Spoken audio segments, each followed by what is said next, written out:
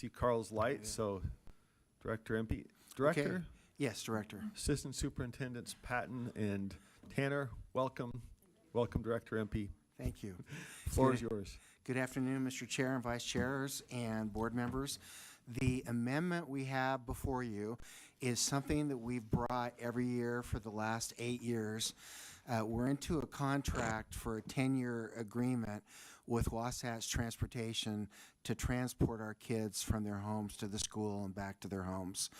In the contract, they have a provision that if inflation exceeds 2.5% per year, which we know inflation has been much higher than that over the past few years, we will consent to give them a 2.5% increase in the funding that we pay them to reimburse them for their rates. So in that blocks is the rates that we pay for the various 4 routes, A, B, C, and D. And the higher the letters, the longer the distance is on the routes. So this is a standard amendment. I'd be happy to answer any questions if you have any, and we can go from there. Thank you, Director Empey. Do you know the total impact then to transportation costs? I see the per minute breakdown. Yeah, the contract, and we're just going to get to that in just a minute, was about $5 million for fiscal year 24. So 2.5% about of that, let's do the math, would be about $250,000 approximately. Got it. Thank you. Okay. Did you want to cover more, or should we open it to comment and question? I think we open it to motion? comment now, Mr. Chair. Okay. Comments, questions? Is there a motion? I can do that if you'd like. Sure. Member Wood? I move that the board approve the requested 2.5% cost increase to the Wasatch Transportation contract. I second it. Second, Member Booth. Any discussion of the motion? If not, Member Bogus. Does this fiscally impact you in a negative way? Well, Obviously, beyond the obvious $250,000. Well, as you may remember, we get reimbursed from the legislature appropriation to you right off the top. So before the school, the LEAs get their funding. So it's a pass-through for us, but it does impact state tax dollars. Okay, thanks. Any other discussion or comment? Okay. Members, let's vote. I guess we will do a roll call. I don't know if we're set up for electronic. Should I just go roll call? Okay. Member Bogus. Yes, sir. Member Booth. Yes. Vice Chair Earl. Yes. Member Green. Vice Chair Hart. Yes. Don't have Hymas. Don't have Carey. Member Lear. Yes. Member Norton. Yes. Member Wood. Yes. And Member Moss is a yes. Oh, we have Member Straight now. Member Straight? Sorry? Yes. You're a yes. Okay. Yeah. All right, thank you. That passes unanimously. And let's see, let's come back to our agenda. Next item is an action item, USDB, sorry for the online folks. Action item number 2, Utah School of the Deaf extracurricular funds request. It's the action item number 2, Utah School for the Deaf extracurricular funds request. So, And does that go to Superintendent Tanner? Yes. Thank you. You may recall when I presented the extracurricular funds and the enrichment funds that I put a little note in there that said, this is half of it. What we had originally in there was just the operating funds, but all the personnel expenses we had charged from carry forward last year. This is putting it all back into enrichment. So all the costs are in one place, both for the operating costs and for the personnel costs, which the personnel costs are pretty significant to run the 58 camps that we did over the summer that are still going as of this week. So it takes some time for the personnel, more importantly than even the operating expenses. So This is to put it all back in one place in the enrichment funds of $400,000, which it was previously in years past, but last year, in order to draw down the carry forward, we put it in carry forward, and now we're bringing it back to where it was. Okay. Questions, comments from board members? Member Lear? No, I didn't mean that. Thank you. Gotcha. Okay. Member Bogus? Thank you. Do we do this often? Put it into one place and then put it back? No, it was last year, thing for the carry forward, because we had those carry forward funds that we needed to spend down. So we put it in there to spend it down, and we're putting it back into enrichment. Although, yeah, we can have a conversation, but that's where it needs to be. It should be, it's an enrichment activity. It's completely 100% enrichment activities for children. Okay, but we don't engage in that practice on an ongoing basis, putting it into carryover and back and that? we No, don't. Okay, no, that thank was you. unique to last year. Thank you, ma'am. Can I clarify that? Sure. Superintendent Coleman? It's a great question. We do have flexibility. So some years we might do something out of one fund and use a different fund for it a different year. And so, for example, in this case, it allows us to retain this much money in our operations, which we're using to hire other personnel. And so we do it, I guess I should say, when you asked if we do it often, every year we reevaluate what's the best fund to take money out of to pay for certain activities. This is part of our budgeting process. And it's nice to see the carry forward funding find a home. Yeah. Because nobody likes that carrying forward forever, right? So, Right. okay. Any other discussion on the motion? Okay, the motion is the board approve increasing the USD extracurricular funds to $400,000. We'll start at the bottom. Member Moss says yes. I thought the motion was made. Did I just? I thought it was made and I was just repeating it. Never mind. Okay, I will make the motion, but we need a second. No, I'll make the motion. Either way, I thought it was. All yeah.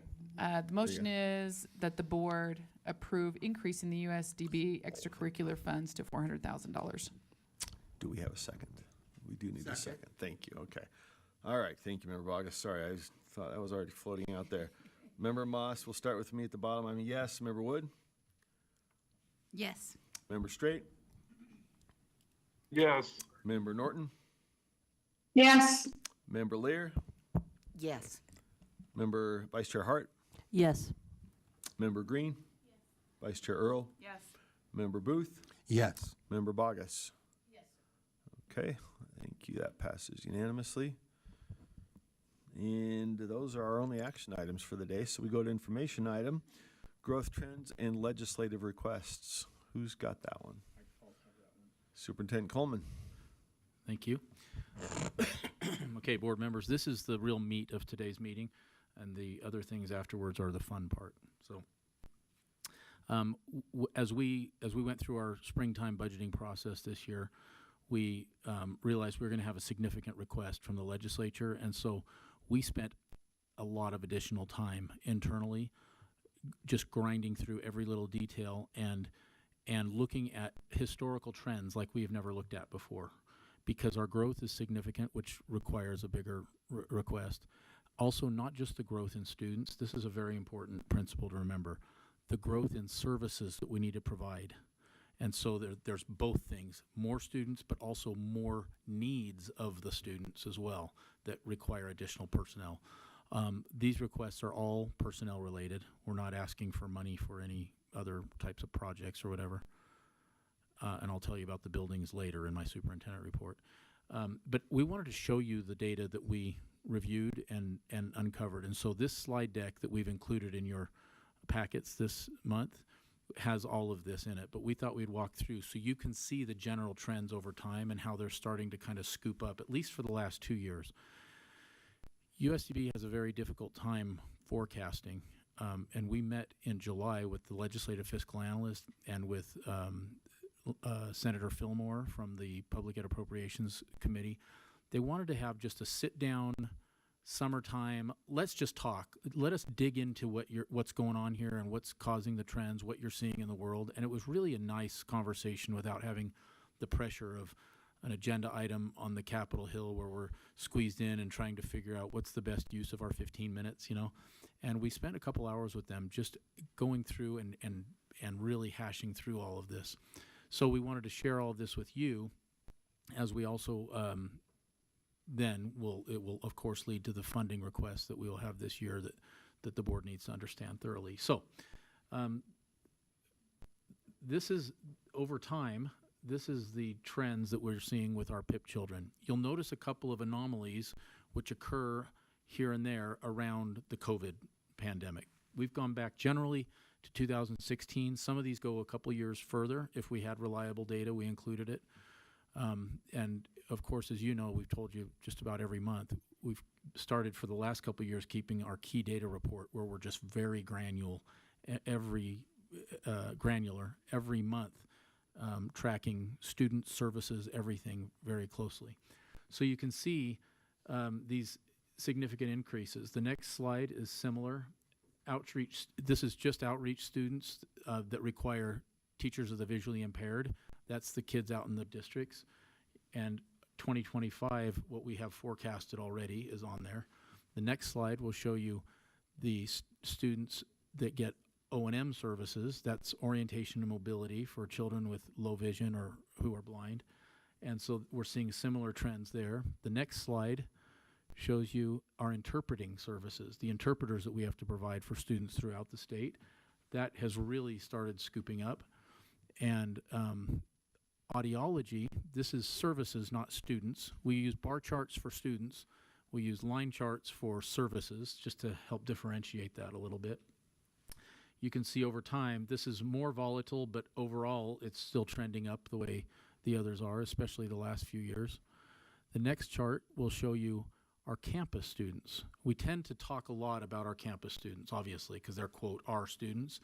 But this is only a fraction of the kids we serve throughout the state. And so we wanted you to have the full picture of that. Last year, we had 80 more students than we anticipated at the beginning of the year to the end. This year, as we've told you recently, we're forecasting another 80, and really we have hard data on the types of kids and where they're going to show up. And so we're looking at a significant increase here. And of course, that also drives the need for the additional classroom space on our campuses. Actually, not on Ogden and EDS. Even though we have more kids, we have surplus space there that we can use. Our Salt Lake campus is the only one that's really short on space. And then it's growing in Washington County as well, where we will need more space eventually. Our outreach students overall, we showed you a couple of snapshots of a few divisions. This is the overall students that we're serving with our outreach students. And you had, during COVID, you had kind of it flipped, and we served more kids outreach, less on campus for a short time, and now it's re-regulated itself and come back to kids coming in more, and so we're seeing that is a very significant jump for us. And then the next chart is just total students overall. And you can see that generally this is not something where over time it goes way down or way up. Over time, it's a very steady sort of climb. And we're forecasting this next year that it will be our largest year ever. And that includes outreach and campus kids both. Okay, the next slide is our total services. That, I think, tells a really big story in addition to the kids, and that's why I brought that principle up early. We have a question? Can we bring in Vice Chair Harsing? Do you mind if I interrupt, Not or at do you all. want me to wait? Not at all. And I get, full disclosure, I get kind of confused when we're talking about on-campus and outreach students. How do we know that students are going to be one or the other? What's your process for that? That's determined by IEP teams. And so how does that information get conveyed to you, and in what timeline? Well, do you want to answer that, either of the associate superintendents? Sure. You answer, then I'll answer. Yeah, we have a very similar process. We have the USDB Technical Assistance Manual that tells the exact process, but basically a district will reach out to us and they will say, we have this child that showed up with a hearing or a vision loss. Could somebody help us?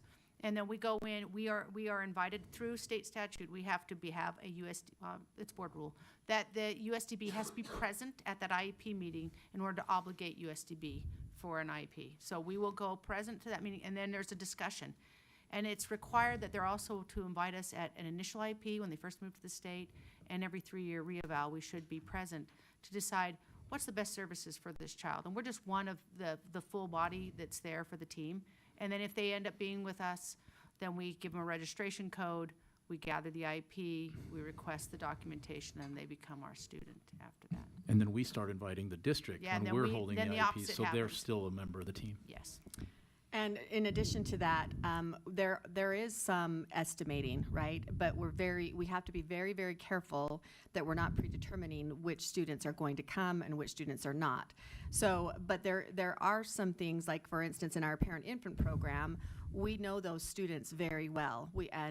So we can guesstimate and project, these are the needs of this level. For the School for the Blind, we have we kind of color code the students where a high need, vision need, is in red, kind of a medium need, if you want it, in green, and then white. However, that is not predetermining, because that, again, has to go through that IEP process.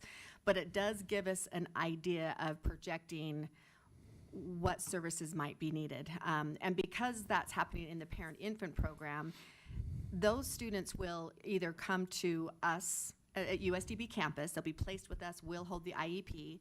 They'll go to a district placement, and that could be a large, over 3% district, or a smaller district or charter school. If it's a smaller district or charter school, we will be providing the outreach services. If it's a larger district, they'll either be contracting with us or they'll provide their own, right? So in that sense, there are some estimates there, but we have to be careful, because we can't supersede the IEP team, nor would we ever want to. But we do have to, just logistical purposes, we do have to look at that and say, okay, these are the vision needs, or the hearing needs, but these are the vision needs of that student. So the IEP team could be looking at this, might be looking more towards USDB versus not USDB. Yeah, and so just to add to that, what she's talking about is parent-infant program. So we know, we can make an estimate on parent-infant program since we're there since birth. Yeah. School age is harder, because, the kid moves in. Just this week, we had a family with 4 students from Afghanistan move in. We could not have predicted that. And that's going to be a high level of intensity, because they don't know English, they don't know sign language. So it's going to be high levels. But those kind of things at the school age, harder to predict. PIP, the kids that are coming in, that one we do a much better job at predicting. And Chair, I have 2.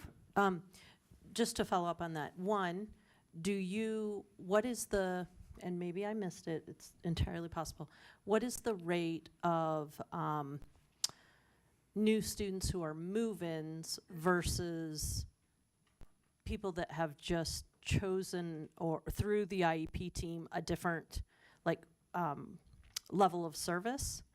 How many students do you get roughly moving in from other states that haven't gone through those programs, since birth or whatever? We have quite a few, actually, that come in from other states. We're getting a lot right now from out of the country, which was it's been an odd uptick on that, but it's not like, we're going to have a high percentage of the students that we keep, that we know they're coming year to year. So like this year, as of right now, we've had 38 new students, and those are brand new, but they're coming up through PIP, or students who have moved in, primarily their PIP. Okay. The smaller number is those that have come from another. And the second question is, do you have trouble getting records at all?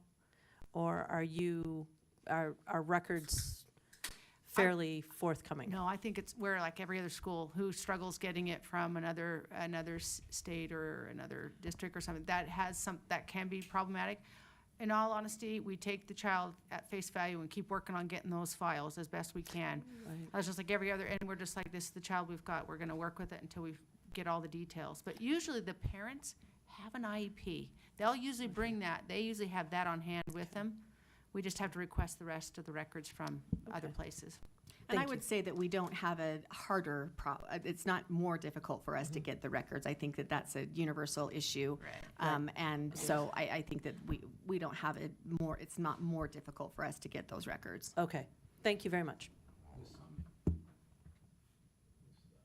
With some of our international students, like at the JMS campus, in 1 year, we had 10 new students just from Venezuela alone. Sometimes they don't come with the same paperwork that someone might come with from another state, but we do all the testing and we refresh the records anyway, essentially, once they get to us. We had a hand up. I'm sorry, who was it? Yeah. Kristen. Kristen, Member Norton. Yeah, and I am really happy to hear the level of caution that you're placing on, not Predetermined. Services before they actually go through that IEP. I think that is wise because I think both nationwide and within our state, we are seeing more and more of the students with special education needs, as well as students with disabilities, who are not just requesting that they receive services, not even just in their neighborhood schools, but right in their neighborhood schools. And, with this restrictive environment are demanding that they have those services brought to their home. And I am sure that that's something that you are seeing as well, that students, parents are wanting their students close to home, as opposed to someplace across the valley or, even a county or two away. The other question kind of dovetails, the question that I have dovetails off of Molly's question, and that was that, do you see a decline between, or is that a trending statistic of a decline from the students that are enrolled in PIP as they leave the PIP age group, that they are then returning to their local schools for services in their elementary, middle, and high school years? We have the data on that. I mean, we actually do. So we know that this coming year, this past year, we had 16% of the students of all of deaf and blind who are coming to us, and it would take me just 1 second to look up the exact number of what percentage they go to the district. But we do have that. We report that out on the annual report each year. Okay, thank you. Yes, please, Superintendent Patton. I'll get mine out. There we go. I really want to be clear as far as the predetermination and how when we're looking at students and we're color coding the reds, the greens, the whites, we're looking at vision needs. We're not necessarily forecasting where they're going to go. We're looking at vision needs because we've got to really be respectful of that IEP team process. But so I just want to make sure that that's understood, that that's how we're basing that. Can I just ask, and if it's, again, like Molly, if it slipped past me, it's entirely possible. 80 new students, people, right? What's the rough breakdown of those? People coming up from PIP, people who need services, people who are on campus, people who are from out of the country. Do we know generally where that 80 is coming from? Because I recall the discussion about a certain number from Venezuela alone. I know that's part of it, but it's just one part. So we have a report, worked on this just last night. I could pull it up, it'd take me just a second here. We could tell you exactly which age grade they're going into and which school they're going into. I don't think we put on that, like, for example, we put the address of what, they don't qualify for our services until they have an address here in Utah. So it's going to say an address in Utah, but it's a student or a family who moved here from Afghanistan, Venezuela, and has a home here. But I could ask them, we could easily put down and say this one was from Venezuela, this one Afghanistan. We've got some from Turkey, lots of different students from different cultures. How many of the 80 are coming from out of the country, roughly? Well, we were planning on the 80 based off PIP numbers. So these additional 5 that came was unexpected. Right, so- 80 are kids who are in the PIP Yes, 80 is system what we're anticipating coming from and PIP. coming up, aging into a physical campus student Yes. then? Yes. So that's 80 kids on campus Yeah. based on aging up from PIP. Yeah, we didn't estimate then- out of country. Okay. And then there are some who I understand might come in from their neighborhood schools and decide they need the services of USDB on campus. Are those not included? Because when you say PIP, those are kids that are not yet in a neighborhood school, right? They're Correct. pre-K. So are some of those 80 neighborhood school kids who are now saying, we'd like to come over? So that's not That's part of not the 80 included. either? That's Okay. not included because we don't know what the prediction of what will happen with that child at the IEP team. So what happens, the district Okay. calls a meeting, the parent says, you know what, I think my child needs more support or more services. They should go to USDB. And then we get a call that says, hey, this parent would like to consider USDB. We go to that meeting. So we can't predict when the parents are going to make those mental shifts and choose a different path.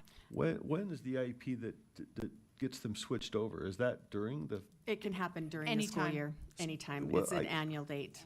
again, among the things I should know, I would have thought this was the prior year, and they say, hey, for next year, I want to do this. Some of them are some of them the prior year, so you plan ahead, and some of them are So in it the could fall? be- It could be, but typically they have their annual review, let's say if their birthday's in November, and it's typically around their birthday, and so their annual Okay. review would be from November to November. And so November, as soon as that IEP is signed, unless, they could put it in the comments of when that's going to take place, but typically, as soon as that IEP is signed, it's in effect right then. Yeah, okay. I can say that this year for the School for the Blind, we have 9 new preschoolers, which is, the School for the Blind versus School for the Deaf as far as the campus program. We have 9 new preschoolers, 2 new high schoolers. And we had estimated about 10, so 10 just in elementary school, in preschool. So we're already, 9 is now, they are already registered, ready to go. So Gotcha. 9 preschoolers is a big deal for the School for the Blind because our classes are about 4 students per classroom. Okay, and so as it relates to the facilities needs and planning, those aren't taking into account kids who may, through the IEP process, choose to transfer over. Right. These Correct. are just hard numbers of PIP kids moving up, kids from out of the country indicating they're coming and they want to go to USDB, 10 or 11 of those. These are actual commits based on presence in the area and indicated preference to go to USDB or moving up from PIP. Yeah, and I wouldn't say they're commits because the IEP team has not been held yet. It's kind of like, which is, this student has an intensive need for hearing or vision loss. It's most likely that the team would determine that, but we don't want to predict that So at all. that's we're not just- part of the yeah. 80, in other words? Okay, No, because that is a part, we're saying, we anticipate there's going to be 80. These are highly likely they're coming to USDB. Okay, that's what I was getting They're to. deaf. How many of those are kids who are highly likely, but the IEP has not definitively said, we got to go to campus of USDB? As of this moment, we have half of that. We have 40 that showed up the first day of school. We have 2 more weeks of school left. We have brand new registered 38, and we have 2 weeks left, and parents sometimes procrastinate. 2 weeks left until school. Right. Until That they can school still register. starts, and they can register. So we'll have a hard number. As of last night, it was 38. We Okay. anticipated 80, but that's going to happen throughout the year as the PIP children move up. We have 101 children on the deaf side that we know of that would be highly likely to come, but we anticipate that those IEP teams will make other decisions, that not all of them will come, that they will, some of them will come to us, some of them will go to the district. So we said, yeah, we'll go for, and we've got 40 already, which means we estimated slightly lower than actually, it might be higher than 80, is what Got I'm it. trying to get to. Okay, that helps, thank you. I'm trying to figure out the mix of where they're coming from and Yeah, also the it's certainty difficult. that they're coming, right? Yeah. So that goes into the facilities question that we've been exploring. Okay. Any other questions? Member Lear? Superintendent Coleman's comment prompted a question, and then you kind of almost got there and didn't, but not, no offense. Finish it off for me. You said 10 students came in from Venezuela. I'm assuming your standards are the same as traditional public schools if the students reside here legally with a legal guardian, they are entitled to services, otherwise they pay tuition? Is that right? Oh, that's a great question. They only If they live here, they get free education. They only pay tuition if they belong, if their residence is in another state or country, then they pay us tuition. Like we have a student right now from Wyoming, I think, that's coming over. We previously had one from Nevada, maybe, in Right, Wendover. but you say if they live here, so the students from Venezuela, If their residence is here, it doesn't matter that they moved and relocated from is that one Venezuela. family of children? Well, 10 no, the children? 10 was not in one family.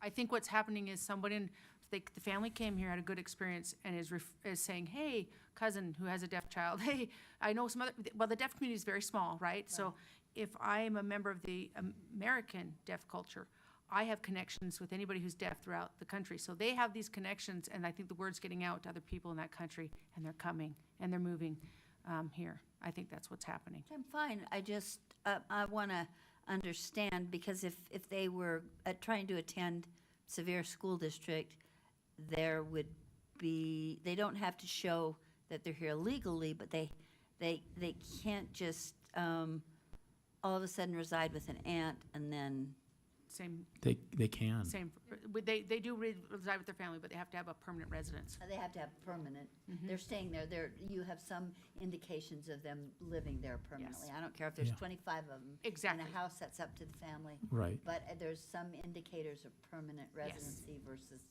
just there to get the services and then. Yes. Okay. I just wanted to clarify that, because I think that if they're not intending to be permanent residents, they're supposed to pay tuition. Right. Right. Okay, thanks, would be a lot of money for you guys. Yes, And Yeah. us, the Yes. system generally. yeah. Thank you. So, Chair Moss, back to one comment you made. One thing we can't really anticipate with the deaf students as well, they will, sometimes their parents will, like in early elementary, take them to their regular schools. And then if their child is failing and not thriving there and not doing well, then they might mid-year say, we need to rethink this Yeah. and bring them back to where they have a language-rich environment with ASL or something. And so that's not included in our prediction or our forecast, we'll call it, at all. Okay. Sorry, I Yeah. had one more question related to what I was saying before. It sounds like I'm like upset about 10 children from Venezuela family, which I'm not. I just want to understand the dynamics. So would these students include the siblings of, No. under that sibling process that's newer? That was just 10 students from one country in 1 year, as an example of, sometimes they'll come in a whole bunch throughout the year, and we don't know if it was networking or what, but But they're that was not an even example. necessarily all living together? No, No. no. Oh, They know each other, but they're not necessarily, Oh, some are, okay. some of them Yeah, I are, don't- and because, you know, It sounded like there was a group home. oh, no. But we're getting from lots of different countries and different states. We get people that call and say, I'm able to work anywhere in the country and the system here isn't good. I've looked into it. We're relocating to Utah because our child who is blind or deaf will get services they can't where we are. And so we do have a good system. Whoever set this up way Yeah, long time it's a ago did really a good great job. Okay. Okay. Back So- to you. So this is the chart on the services increase. So the reason I wanted to show you students and services both increasing is because you need different grown-ups to do both of those things sometimes. One student might receive many services, and that's what drives our funding requests mostly. It's personnel. And in the special ed law does not allow you to say, sorry, we don't have the people, we can't provide this. We just have to when they come. And even our existing students who are traditional students from Utah, we're getting more of them with multiple needs. They're not just deaf or just blind now. They might have autism or other cognitive disabilities or whatever multiple challenges that they have in their lives. And this chart, this one, I think, is very telling because this shows the same trend you've seen in other trends with the number of kids, but this is how our census, our group of students that we serve, is demonstrating multiple disabilities like that. So that all takes additional personnel. add to the context of what he's saying. So we had 355 students last year, 75 of which have multiple disabilities. Percentage-wise, that's extremely high number of 375, and that number's that's just trending up. And Dr. Tanner, when you were the principal 10 years ago, how just anecdotally off the top of your head, how does that compare? We had 110 students at that time, and I would say maybe 10 of them were multi-disabled. And so now we're at, and this is 355 includes the blind school. But right now at JMS, they're at 175 students with I don't know the exact number. I think most of the multi-disabled are at her school, but they're also trending up really high at JMS. And that's the thing that's causing a lot of angst at JMS is that multiple disabilities, the needs and the services of those students, which are paramount, is trending up. So that might have doubled or tripled in 10 years. Yeah, it's more than 10. Speaking, yeah. It's much more than 10. So that, I think, is important for the board to understand as background. Okay, next slide. This is another thing. These are not necessarily disabilities, but these are behavioral incidents that also require, we've had to hire behavioral specialists, and we're tracking behaviors now. By board rule, there are certain behaviors or behavioral incidents that have to be reported to the state. That's the red line at the bottom. But there are behaviors that still, for example, if a child freaks out and trashes a classroom, you have to move everyone out and make sure they're safe and all of that. That's not something that gets reported to the state like bullying or abuse would, but those are the types of behaviors that we have additional personnel now that handle because a teacher can't teach a class and also handle an emergency in class, and they're becoming more frequent. And so the blue line is the unreported incidents that still have an impact on personnel resources significantly. And next chart. May I add? Oh, We know that's common amongst other schools. This is not just unique to USDB. Right. We do recognize behavior incidences across the nation are skyrocketing up, and that's huge. For us, the impact is my students don't have the language skills to even tell me why they're trashing a room. And so it's a matter of language development to pull it out. It makes it more intensified. But it is, that uptick is happening all over the country. well, in one anecdotal story, we had a student last year, for example, Michelle came to me with this, and she said, yeah, the parents say the kid's not out of control at home, we just beat them up. Yeah, or not really, or they were actually, they didn't say they did it, they said, well, just hit them and they'll stop. yeah. And we're like, we don't operate that way, do you? When, it's like, Came from out of another country. we need to report that if you're telling us you do that, right? And so they're like, well, that's our culture, and we're thinking, no, we can't. We have to take them with a person and set them aside, make sure everyone's safe. And so there's all of these dynamics play into just kind of fascinating trends that are increasing. Okay, the next one. This is a data count with the state. Sometimes we get an October 1st count for the board, like all schools. We have a December 1st count, and then we have an end of year count that we officially submit. Part of the reason we started tracking our key data every month and reporting it to you is because those numbers don't always line up. For example, the October 1st count, and most of this is for funding, I believe. We don't even include the special ed numbers in here, like our preschool and that. December 1st captures it a little bit better, and then end of year. So what we do is we just track all through the year every month. Sometimes those align with your official reports. Sometimes they don't, but we report accurately with the snapshots that you request. It just doesn't tell the whole story. There's this much of a discrepancy between the actual kids in the classroom and sometimes what the official numbers are. And that's one thing we clarified with the legislative fiscal analyst in July. We talked about this for a while, and they understood it very well. Because before they were saying, you don't have this kind of growth. We just see these numbers looking at like maybe October 1st counts. And so that's something we're being very transparent about now, so that's included in every discussion. Next slide. I think Board Member Norton has her hand raised. Yeah. Member Norton? Yes. Thank you very much, Chair. I wanted to discuss this a little further, just because I feel like the board needs to also realize that every school in the state could do this very same chart.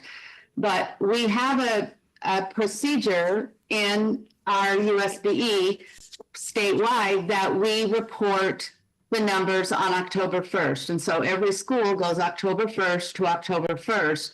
And that's where the funding comes in. You know, we don't know what that looks like for every other school. And that's why we had to have a set point to establish funding for population on.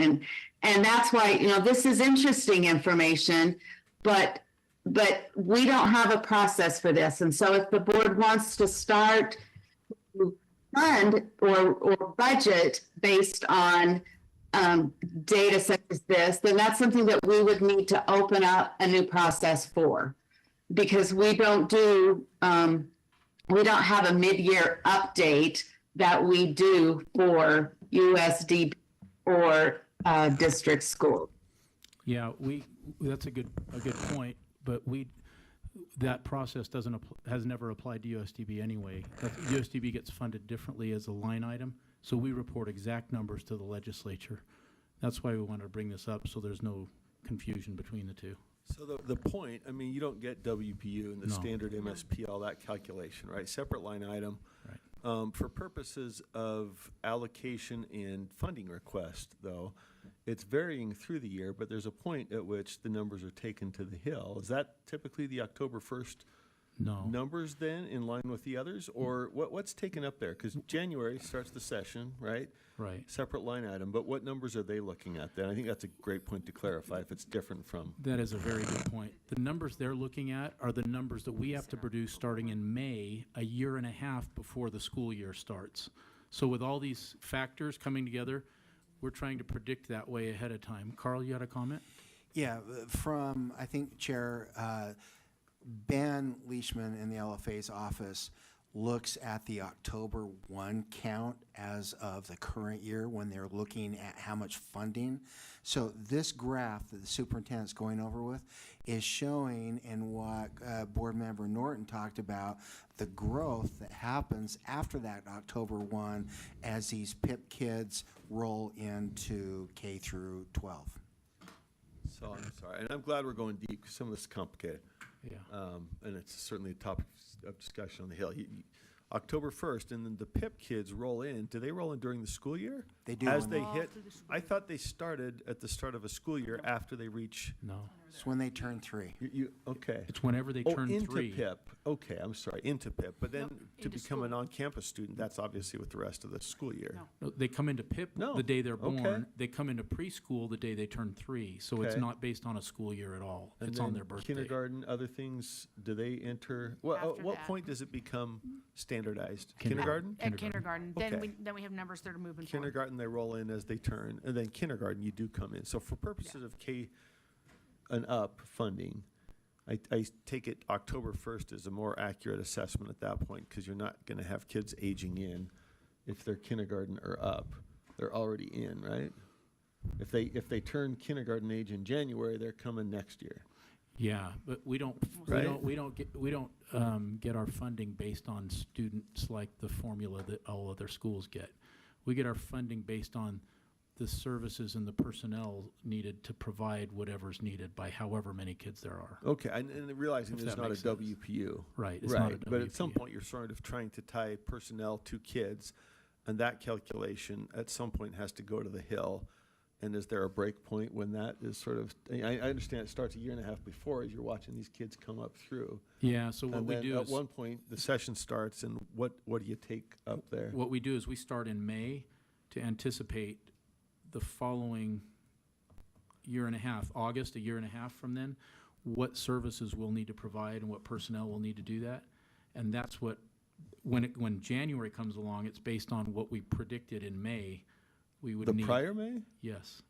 So is So- there not I'm glad we're having this. So I'm for sorry. Is there example- not a corrective as of October prior to the session? No, Okay. we don't get Vice Chair Earl's adjusted. more into the well, weeds than I am then. Because I've been asking these questions the last few weeks, that's why. Okay. And I still probably am not quite on, but it doesn't happen the same as other districts. And that's where it's, because we try to fit it into the same type of a category. So they've got to come up with some kind of a recommendation.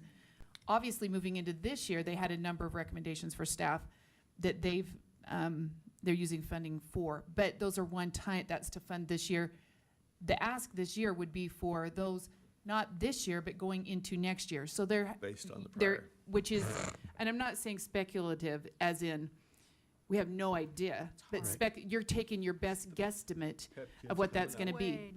But there, and I think maybe this is where Board Member Norton was going, it may be wise for us in January or the end of December for us to put something in practice that says, we're gonna double check these numbers because the numbers are earlier when they're making the estimate based on their best guess of what's happening and trends and what's going on. So there may be a true up that we need, so to speak, because there isn't really that kind of a thing that happens. Am I right, Scott? Help me if I'm wrong. There's not really a true up like other districts where they would, you got your October 1st, then you have your, you know what I mean, you're checking the numbers later, and then, if that makes sense, there isn't really a process for doing that. So That's what I, yeah. thank you. I don't know if that's straight It's a different, clarification. it's a different calculation mechanism, but the concept of a true up as compared to what you predicted a year and a half ago, there's still that question, right? So I think So we that's could what you're put, getting I mean, at. and that's maybe where the question is that do advisable? we want to I don't know. Okay. look at some kind of a process? So we're looking at, Yeah. right, kind of reanalyzing it once more as we get closer to the legislative session and say, this is where we're landing. We are seeing these trends hit here. Now, I don't know, maybe Scott can add something to that, because we're doing our best guess. Yeah. Yeah, mid-year update. All right. Yeah, and so we are taking numbers in May, and it's that those applications, we aren't gonna actually be using that. We're doing our best estimate a year, almost a year and a half in advance, right? Before the next school year starts, and that would be the prior one. So they're, putting some kind of process in would be beneficial, I think, for everyone to make sure, just kind of that checkup, so to speak, and saying, end of December, 1st of January, say, yeah, we're on target for this. Or maybe we've had a significant income, increase in, certain populations or whatever. Or maybe a decrease. Maybe there's a lot of parents that are saying, we really want the inclusion at our when I say normal schools, our Neighborhood. our typical, thank you, our typical school, our school district where we reside, right? And so therefore, we could see those societal trends that would impact that. Yeah. So, Got it. Thank you, Superintendent. I know that's not an action item for today, but it that's- clarifies what are the differences and where are we basing the calculations on? Because that all goes to the facilities question. Yeah, and that's the purpose of this discussion today, was to be a discussion, not a presentation so much. And so this is exactly what we were hoping for.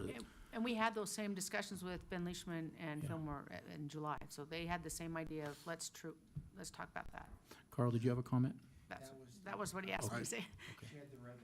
Great. Scott has a comment. Scott, Deputy Jones? Yeah, so I just want to be absolutely clear on, so we have two things going on here, two processes. We have the students that belong to USDB, which is defined by that they have an IEP with them. Then we have the students that belong to our LEAs, our districts and charter schools, that they have the IEP for them. See, I think we would be remiss if we focus too much on the self-contained or the two things, because USDB also has to provide services to students that belong to the district or to the charter school. So this chart right here, the October 1 counts that we're talking about are only the counts of the students that belong on IEPs to USDB, right? That doesn't account for the students that are on IEPs with districts and or charter schools and the services that USDB has to provide for them. That is not in those counts because the districts and the charter schools, they count those students as theirs. And maybe right? the facilities, so that's not a facilities question, where this. Right, this and is- yeah, so that's the please always keep important that in difference. mind, that you have the two, Yep. I don't know if you want to call them pockets of students or two groups of students, where the counting of them, the October 1 count is only for students that they count at that time, at that date time group, that are in their classrooms that they have IEPs for. That it doesn't count the students that they have to provide services for, because the districts and charter schools own those IEPs, so they code that they have those students and they get the WPU for them. So, okay, thank you. Got it, Thanks. thank you, sir. All right. Vice Chair Earl had a question. Sure, okay. I did. It'll come And I back should to have her. written it down. It was really important. Oh, and this goes to, well, yeah, no, okay.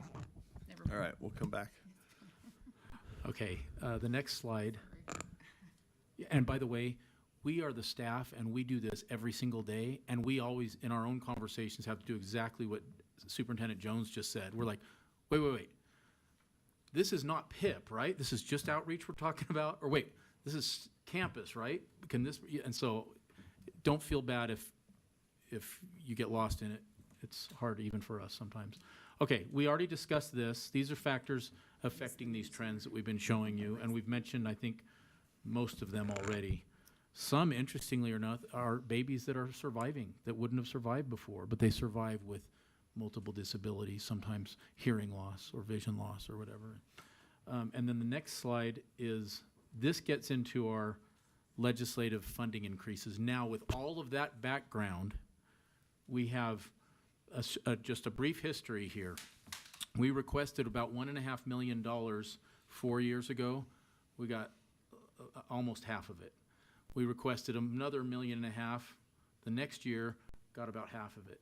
The last 2 years, we didn't request any to expand our FTE. We actually we were working really hard to pay down our one-time carry forward, which we've done now very effectively. We've gotten it down to a very low level, so we don't have a big cushion anymore.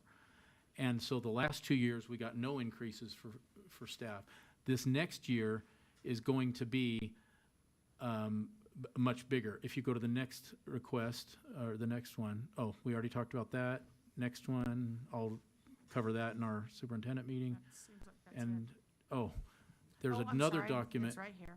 Here it is. This is what we've submitted as our request this year, 3.7 million, and it covers a lot of, all of these, this is in your packet, all of these positions that are listed underneath.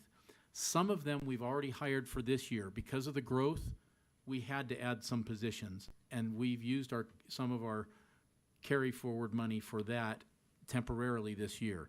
Those are the ones that are in a little bit lighter color, but they say FY25. That's the school year that starts in a couple weeks.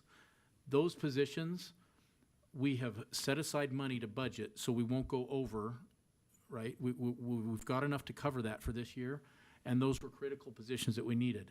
The other ones will be needed a year from August. Well, it's August now, a year from now, when we start school next year in FY26.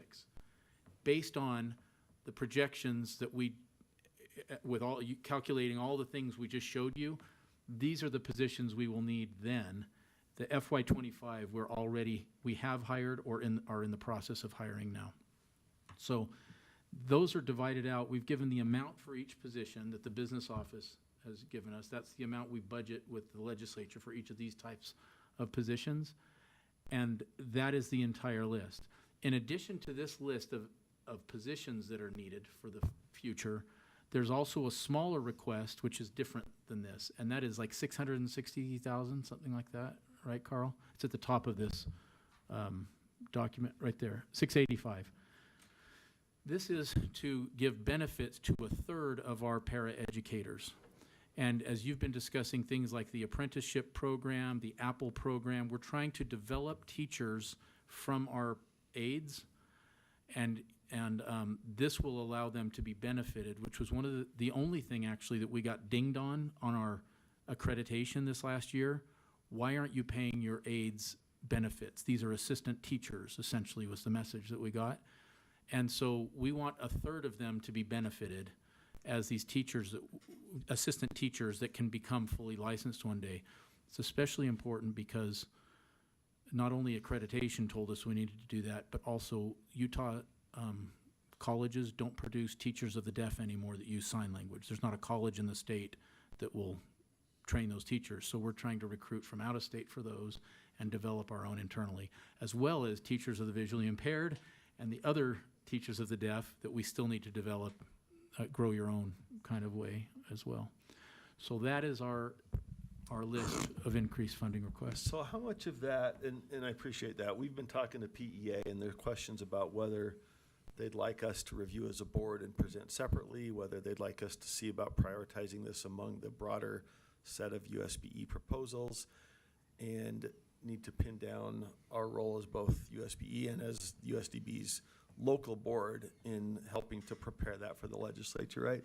How much of this needs to be, in your view, and our board has to look into this, obviously, but how much of this is, in your view, what needs to be requested this year versus what was already funded, and it's just a matter of Well, the whole allocation? thing needs to be requested this year because it's all ongoing positions that are Okay, needed all starting a right. year from now. So all of this, so the total that you would like to seek from the legislature is 3,000,007 plus? Yeah, and we would Correct. have had a lot of these funded already if we would have gotten the requests that we made before, Right, but we didn't, so it's catching up with us a little bit, but this is where we are if we're going to serve. Now, this is according to board rule, right? If the board all of a sudden said, you only serve kids on your campuses, you don't do anything else, then obviously we wouldn't need this. Yeah, So right. this is, No, these this are is- our, to meet our yeah. obligations under the state law and board rules as they stand. and so the explanation for each of these, for the board to review and weigh in on is, I assume, somewhere deeper. Well, let's see, one school counselor. Actually, you've got you got the abbreviations up there. Yeah. So let's open it to, Yeah. and then I think, in terms of board review and weigh in, we gotta hear from PEA in a couple weeks. Yeah. But questions, or did you finish? I'm sorry. I think that's basically, we wanted to share this with you today, and then we anticipate that you'll have more questions for us in future meetings as we move towards the legislative session. But this is our best estimate, being very conservative, looking at a year and a half from now, given the resources we have and the obligations we have under your board rules. Vice Chair Earl. Yeah, Seen and the well, other- actually, I guess the hiring would be next spring, right, if you got the For the funding. FY '26 Yeah. positions, yeah. Just a couple things. I think one thing worth noting is that there's 9 deaf mentors, and maybe you can explain a little bit of that. They were previously funded under the enrichment, Yes. and that you can explain why those are there and not under enrichment. And anyways, Yes. just so that we understand that, so it doesn't look like all of a sudden we're putting all these on, and what the key reason is for those. And then the other thing is, and you articulated this at the end, is that we're funding both the district needs as well as as USBD needs. So that this request is a combination of both those. And the lighter colored ones are one time because you're using your carry forward funds. So at the end of this year, because you didn't get funds last year, if they don't get funded, Right. you don't have those positions next year where you've already hired for Right. those, at least for a temporary, hoping to get the funding to make Yeah. it through this year. Did I? Yeah, that's exactly right. And you see a lot of these are outreach positions, so that's where that comes in. Okay, so the deaf mentors, we had built up a carry forward balance of over like maybe twice what we needed for annually in our enrichment funds. So we used that to draw down that account. We funded the deaf mentors largely out of that account. Now that has been drawn down, they need to come back to operations like all the other positions do. So that's why it's included here. Michelle? I was going to say, in enrichment, they've been historically in enrichment. That has been there a long, long time. Previous to Superintendent Coleman, our previous superintendent didn't value sign language as much.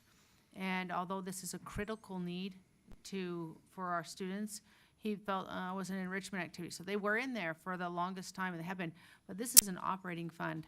This is an operating cost. We can't educate parents and help them be adapted to their new child who has a hearing loss if we do not send deaf mentors in.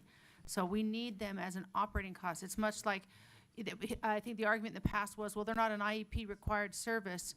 Well, neither was the custodian, or the business office, or the IT. All of those are on operating funds, and we need the deaf mentors are certainly an essential service that we provide to parents in their homes once a week, so that they can understand how to communicate with their child and how to understand how a deaf person interacts with the world. So it's critical. That should be on operating funds, but it is an essential part of what USDB offers. And I just think, and when I had talked to you about this, that helping parents be proactive in the lives of their children and understanding what that could look like, because the parents themselves and the family members are trying to learn what this is, right? How do we work with a child that's deaf, or, that this is just a key thing to help them be successful, which then helps the child be successful, right? So this is that element that creates success moving forward for everyone. So, anyways, thank you. So that is that agenda item, unless you have more questions. Sorry, Carl. Yeah, I just want to respond to Chairman Moss, your question about using the one-time money for the lighter colors for fiscal year 25. If these positions don't get approved for funding, then we really have one of two options. Start doing some layoffs because it's one-time money and it's not ongoing money to fund the fiscal year 25, or reduce services. Is that a fair statement, Superintendent? Yeah. And that's not actually what I was suggesting. No, I was just, We I was don't just put clarifying words in your mouth. what you already have No. and what you're looking for Yeah. to fulfill current needs. So yeah, that was not where I was going. It's helpful to know what's already been put aside and what you're looking for from this session coming up. Yeah. Okay. Any other questions, comments on that one? Nope, Okay. that's that agenda item. All right. Let's see. We move to, does that cover the growth trends and legislative requests? We go to the budget update. So Yes. item 4, a monthly budget update as of June 30th, 2024. And I assume that goes back to Director Empey. It does, thank you. The report today is for the 12 calendar months that ended June 30th. Now, you may be aware there's a period 13, which is the month of July, that has now come and gone to pay our bills for goods and services we received through June 30th. So when we come back next month, we'll present two different financial statements, one for fiscal year 24 that includes period 13, and then we'll include period 1 for fiscal year 25. So the expenses you see that I report today are going to increase when we account for the period 13 payments that we make. Does that make sense? Okay. So for the first 12 months, we received, I'm just going to round these numbers up, $53.8 million. We spent $55.6 million, meaning we spent $1.9 million more than we had revenues coming in. And you may recall, we anticipated that because we're trying to spend down our larger carry forward balance. So we're still financially solvent. We have over almost about $2 million in the bank the last time I looked at it. And so we got plenty of money to pay our bills. And so no concern on that front. The number of students served, Joel, Superintendent Coleman mentioned the number of campus students increased over the year 25%. The number of students receiving services increased 32%. And I just did a hand calculation. I don't have those numbers on the report. And the total students services provided to students jumped up 86%. Pretty significant growth for our student population. Then the bottom, the three funds that we always report the money on, our land grant enrichment funds balance as of June 30th was $1,083,000. The donated fund balance was $279,000, and our education foundation was just a little bit more than $1.1 million. Now, I received a request from a board member, and I think we're going long, so I'm not going to cover it today, but next month I'll do it, to tie this financial report. Michelle, if you can toggle down to the budget status report. Maybe before you do that, go back if you can. Up in the top left quadrant, you can see we've got 4 lines, one for state, one for federal, one for dedicated credits, and one for agency transfers. And the question that came, and it's a great question, and we haven't really discussed this, and we will next month, is what comprises each one of those 4 line items. Okay, so Michelle, if you can go to the next report, the budget status report. On the far right column, can you see where it says the first 3 lines or 4 lines, dedicated credits? Those, if you add up those numbers on dedicated credits, those 4 numbers will tie back into that financial report that we just reviewed. And then we'll get into the federal, the state, and also the money coming from the state, which is our annual appropriation. You can see it was like $42 million. We'll spend some time next month going through that. I don't want to take your time today because we're running just a little bit long. The next report is the enrichment fund spending report. And of the balance of $631,000, we've spent $661,000, overspending by about almost $30,000. You may remember, as we look and review that enrichment fund, we have over $1 million in the bank. So we're still okay. Some of the enrichment fund projects were a little bit more expensive than what we had projected. So, Mr. Chair, that's my report. I'd be happy to answer any questions that any of you may have. Okay. He's back, but did it have any questions? I don't have a question. I just liked watching your kids, the live stream of when they wrote. It was really cool. Yeah. Okay. Yeah. All right, we will, there, our kids. Okay, let's take a look what's next on our agenda here. Is it okay, information on our 7048 presentation.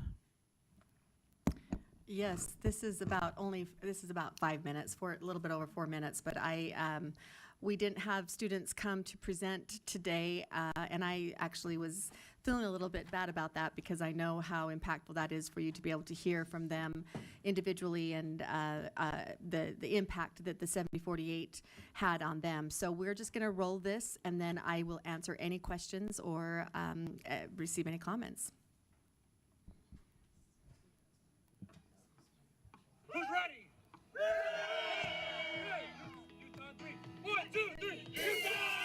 So Charlie attends Park City High School, and our outreach worker from the Utah School for the Blind had signed us up a long time ago for emails about activities that the Utah School for the Blind actually puts on. And when we saw the 7048, I talked to Charlie about it, and I said, you know, would you like to be part of this? I can reach out. I got really excited for it because I'm kind of an outdoorsy person and like to do stuff like that. So I was kind of excited. I was like, oh, let's give it a try. Let's go for it. So the 7048 definitely built some grit into Charlie and the rest of the team. Not only the kids, but the chaperones as well. I mean, these are skills that you can definitely take through life. You know, there are hard things that will come up in your life and challenges that you need to face full on, and it will help you grow as a person. It will help you, the teamwork grow, this working together to accomplish this common goal. The social side of it, like working with students from different areas, different backgrounds, chaperones from different backgrounds. We had some military guys that were part of the group, and I think for all the kids, it's really developed this, I can do hard things. I have grit. I can do this. How are you feeling right now about this? I'm feeling confident and excited. Yeah, it's my first time ride, and I think it's fun. These trips, it's like trips for me. They're very happy because you can talk to new people, new friends. We make a very fun playlist for the boat, for the race, because it's like very fun when you go to with music. So to get ready for the race, we made a playlist, and it's supposed to keep us motivated and just keep our spirits high. Some of the artists we have in there is Taylor Swift. I like Pitbull and Usher. There's Haley Steinfeld. She's really good too. There's others. There's a lot. I have a lot of music. It's a lot of work. And it's gonna take a lot out of you, and you're gonna hate it, and then you're gonna be like, that was actually not that bad. So, just enjoy it too. To get ready for the race, I've been lifting weights, rowing at my house, and lifting weights at my house, and lifting weights at my school. I'm happy to do the race. I'm glad that I'm here as the team, and I'm glad I get to be a part of this wonderful experience. It's probably going to change my whole life, and I'm excited to do the race with the rest of our crew this weekend. So the best part of the race for me was definitely like the group aspect of it. We became just a big family of people. It wasn't just like a group of black kids and some adults to watch over us. No, it was just a family by the end. We're like hugging and be like, oh, we did so good and stuff like that. So it was definitely the best part of it was like the group aspect of it. Everybody wasn't unincluded. Everybody was just involved, and there wasn't necessarily one person doing all the work, but it was everybody working together as a team. As a parent who has a child who has visual impairments, I just want to say thank you to the Utah School for the Blind and what they have done for my family and the resources that they've provided, the opportunities they've provided for my son, and the fact that they do this for so many kids throughout the state. Like, for me, I am super grateful, and I'm sure that there are so many families in the state that are grateful for this opportunity. So as you can see, it's pretty impactful. I just absolutely love it. You get to know, I know those kids so well because we were doing some things that were, pretty hard. But I do want to say too that this will be on our website and it will be audio described for anybody that is listening. I want to make sure that is said. The idea behind all of these activities are enrichment activities, that these are enriching the lives of our students with sensory loss. And I think that the 7048 is the epitome of that, in that we had one student who was a campus student at the School for the Blind. The rest of the students were large district students. They were students that USDB is serving. And so it truly is a use of resources spread around the state that everybody has the opportunity to be involved with an activity like that.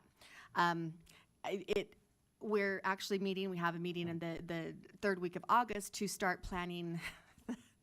We're so tired, planning the 2026 7048 because we're trying to expand it into a rowing program where kids they'll have to have it'll be a fitness program, nutrition program. They'll be rowing on the Great Salt Lake, Willard Bay, throughout the different seasons and whatnot, and then possibly try out to be on the 7048. But we want to make sure that it's not just a one and done. We've got to teach these skills, and we want to make sure that team building is not just a couple of times that they're rowing, or we did 5 or 6 rowing on this lake or that lake, but that it's a couple of years that they're working towards. So, and with that, I'm happy to answer any questions if I can. Okay, are there any questions that anyone has? Any comments? Anyone online? I don't. Do you see any hands? Okay. All right, thank you so much. We very much always enjoy the videos and the updates on what's happening in your end. And I do think, you're ready to start again, right? We get to that point where just as soon as you finish something, sometimes it's turn around and prep for the next event then. So thank you for all you do. Superintendent, you have finished comments? Yes, final report. Normally I let the associates fill in the gaps at the end, but because we're over time, I'll just cover a few things. Number one, 58 summer camps.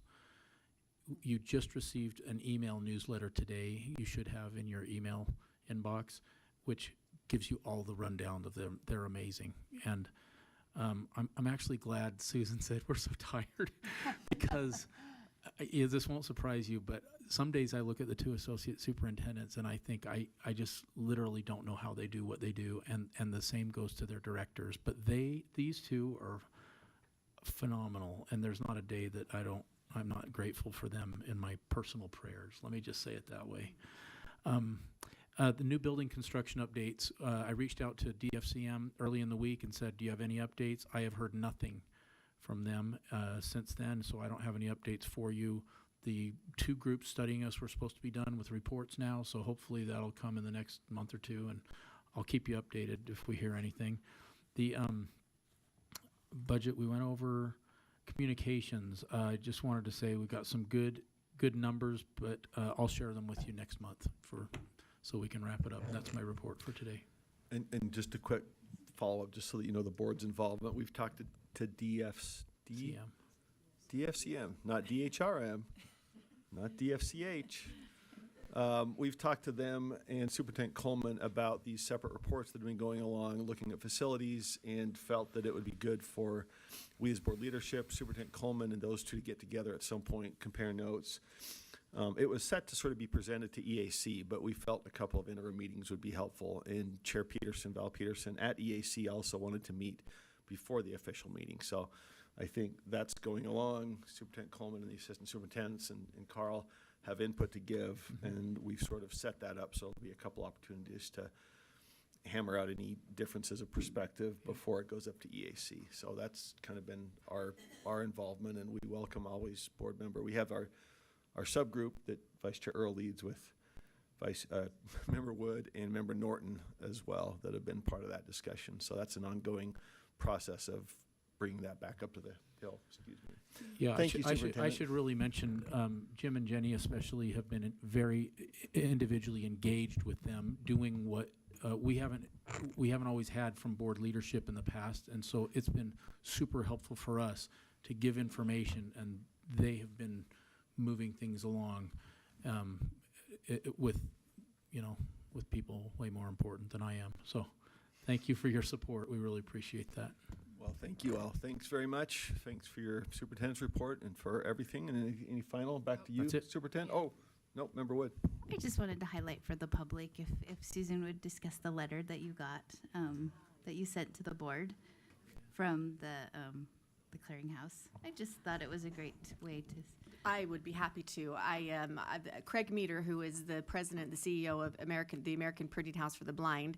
He is obviously a national leader in our blind community, and he was able to do a visit, it was actually the first time that he had come to Utah. He was at the National Braille Challenge in California, and then said, "Can I stop?" And I'm absolutely. And he came to our Ogden facility and wanted to see, which we didn't have any students there, but I felt a little bit bad. But he was able to see USIMAC. He was able to see our assistive technology team. He was able to talk to some teachers. And he just was extremely complimentary on the scope of services that the School for the Blind in the state of Utah provides.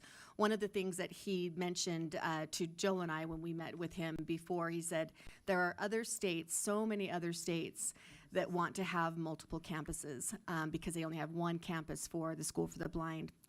And he was in particular talking about School for the Blind, and he said, they're not able to meet the needs because they don't have multiple campuses. And, our School for the Blind is primarily an outreach program. So we want to make sure that continues to be the case. But I thought that was very interesting.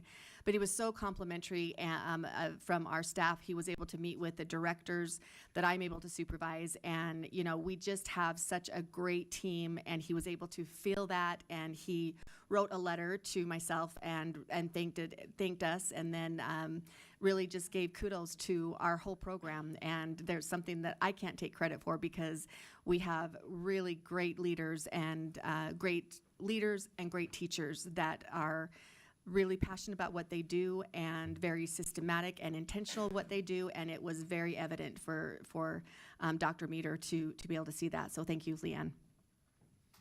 Great. Indeed. Thank you all. Thanks. Appreciate you joining us. All right, let's see.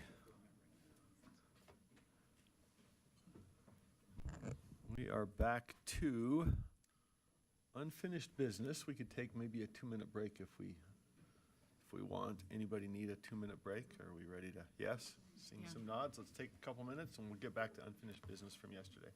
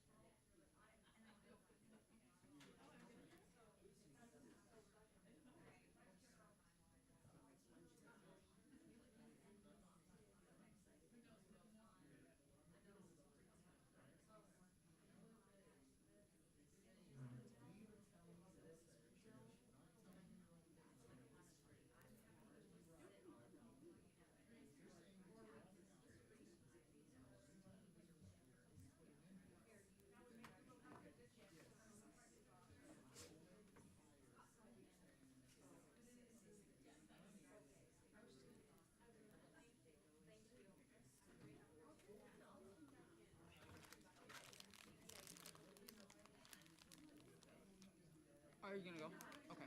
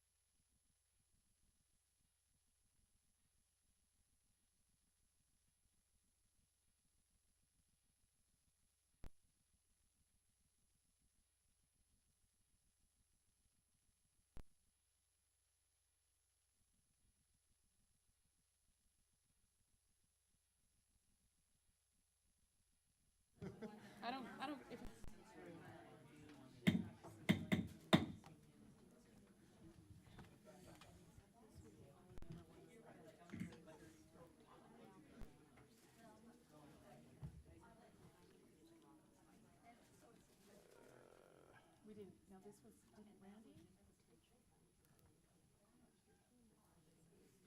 Molly? I thought Randy had one, but, okay. All right. So the motion is to install a Diet Dew fountain in the center of the table here. The ayes have it so far. Anybody object? Anybody in the hall want to be heard before this momentous development is finalized? Hearing no objections from the hall. Somebody's out there, aren't they? So, We have two online. I heard somebody making fun of a political figure for drinking Diet Dew. I don't know who that was, but I want to know what qualifies them for public service if they mock Diet Dew. Just random observations. I'm just trying to bring folks in. Anybody else out there? What's that? Where did? It's the formaldehyde. Touch base with the superintendent. I'm going to She be has pickled. Matt What's and- that? Diet Dew. Okay. All right, I think we've put the call out. We've got everyone who's in hearing range. So let's do a quick roll call because we're about to go into USBE official business, reconvening from our USDB role. We're doing the workout for, so. We might want to. Okay. We can hear you online. Someone is not somebody. muted. Oh, thanks. All right, so we're doing roll call, folks. We're moving back into USBE business, unfinished business from yesterday. So we'll start with Member Bogus. Yes. Member Booth. Here. I don't think we have Member Davis, but just checking. Okay, Vice Chair Earl. Yes, here. I'm here. Oh, Vice Chair Davis is here? I'm here. We heard Cindy, okay. Okay, and Member Green, I know was transitioning to remote. Do we have Emily with us? Not yet? Okay. Vice Chair Hart. Let's see. I know, well, snooze you lose. Let's see. Bogus, Booth, Davis, Earl. I'd date you. Let's see. Member Hymas? On his way. Member Carey? He's not with us still, correct? Member Lear? Here. Okay, Member Norton? Member Norton? Member Reel? Member Straight? Here. Member Wood? Yes. And Member Moss? That gives us 1, 2, 3, 4, 5, 6, 7, 8. Okay, we've barely got a quorum. We got a couple filtering in. We don't have a motion maker. I think Jenny's trying to grab some more folks. I know her motion was being transferred over from where it was tabled from yesterday, so. Yeah, I just want to make sure the postponed, thank you, so. All right, let's see. Postponed it? Does it need to come back up? It does need, it was postponed. What's the formality of bringing it back to life? Do we need a motion to? Okay, I'd make a motion that we work on unfinished business from Thursday's board meeting. Second? Okay. The motion that was before the board Let's, before. I think we just need to put to the ayes. Is that right then, for a motion? Oh, All, yeah, all in sorry. favor of continuing back to unfinished business from yesterday? All in favor, say aye. Aye. Any opposed? Aye. Hearing no opposition, that's unanimous. So the unfinished business from yesterday, which included a member, our Vice Chair Earl's motion, is before us. Vice Chair Earl? Yes. And I didn't hear any feedback from anyone after the meeting or during today, so I don't know if there was any movement on this, but I guess we can divide it into two motions. If people want to divide it, I'm just going to move it as one. There is some question as to whether or not the funding would be adequate or if it would need to be a little more intensive, but I think currently this is the direction I'm going to go unless anybody has any recommendations, and I didn't have anybody, like I said, I didn't have anybody actually come and talk to me about it or move, so, and I can read the motion before the board, just so the don't do that public's yet. aware of it. What? Oh, the public. It's for the no. public to be aware of it, so. The motion is that the board requests the critical personnel needs of USB move forward for board consideration and the board use $1,000 of FML, which is federal mineral lease funds from the board's discretionary account to hire an independent firm to conduct a desk audit of state-funded positions at USBE. The independent firm will evaluate positions to determine if the positions are adequate in job duties and responsibilities, market both government and private sector comparative pay and classification. The firm will analyze whether the state-funded positions are sufficient to qualify in quantity, and alignment to ensure the capacity to meet state laws and USB rules. The SOW RFP selection process will include at least 2 board members, and timeline would be mid-December. So that's the general motion there. Anybody has Do we an have a amendment? second? Well, let's see, was We this have to seconded second or was again? it It was before us? seconded. I think It it was was. before. This is what was before the Okay, body. it had been seconded, it's pending. So comment, discussion of the motion. Member Earl? Lear. Lear? My So gosh, how many times? is this the same motion, exactly the same motion from yesterday? It is. I didn't hear, there was quite a bit of discussion, quite a bit of dialogue, but I personally didn't get any other feedback on that. I asked a few individuals if there was a recommendation, and I don't think anyone landed on one. So, like I said, I'm open if there's some direction you want to take, if you want to divide it up, or I do want to move, for sure, the critical needs of USBE. I just feel like if we need assistance with some kind of validation there, and whether this is the right way to do that or not is what's been up for debate. I feel like I think we need a strong argument. So that's my reason for doing it. Member Wood? Just a question. So based on the information we received yesterday about the pending audit report coming in that did some of this, is there anything that will give us that will lessen what needs to be done through this person? Is it different information? Because I'm not privy to all of that information. Can anyone clarify that? Vice Chair Earl, did you want that one, or Vice Chair Hart, I think? I can shed some light. I don't know if it'll answer the question. The audits, one was titled Personnel Management, the other is Technical Assistance, would probably not answer any question directly.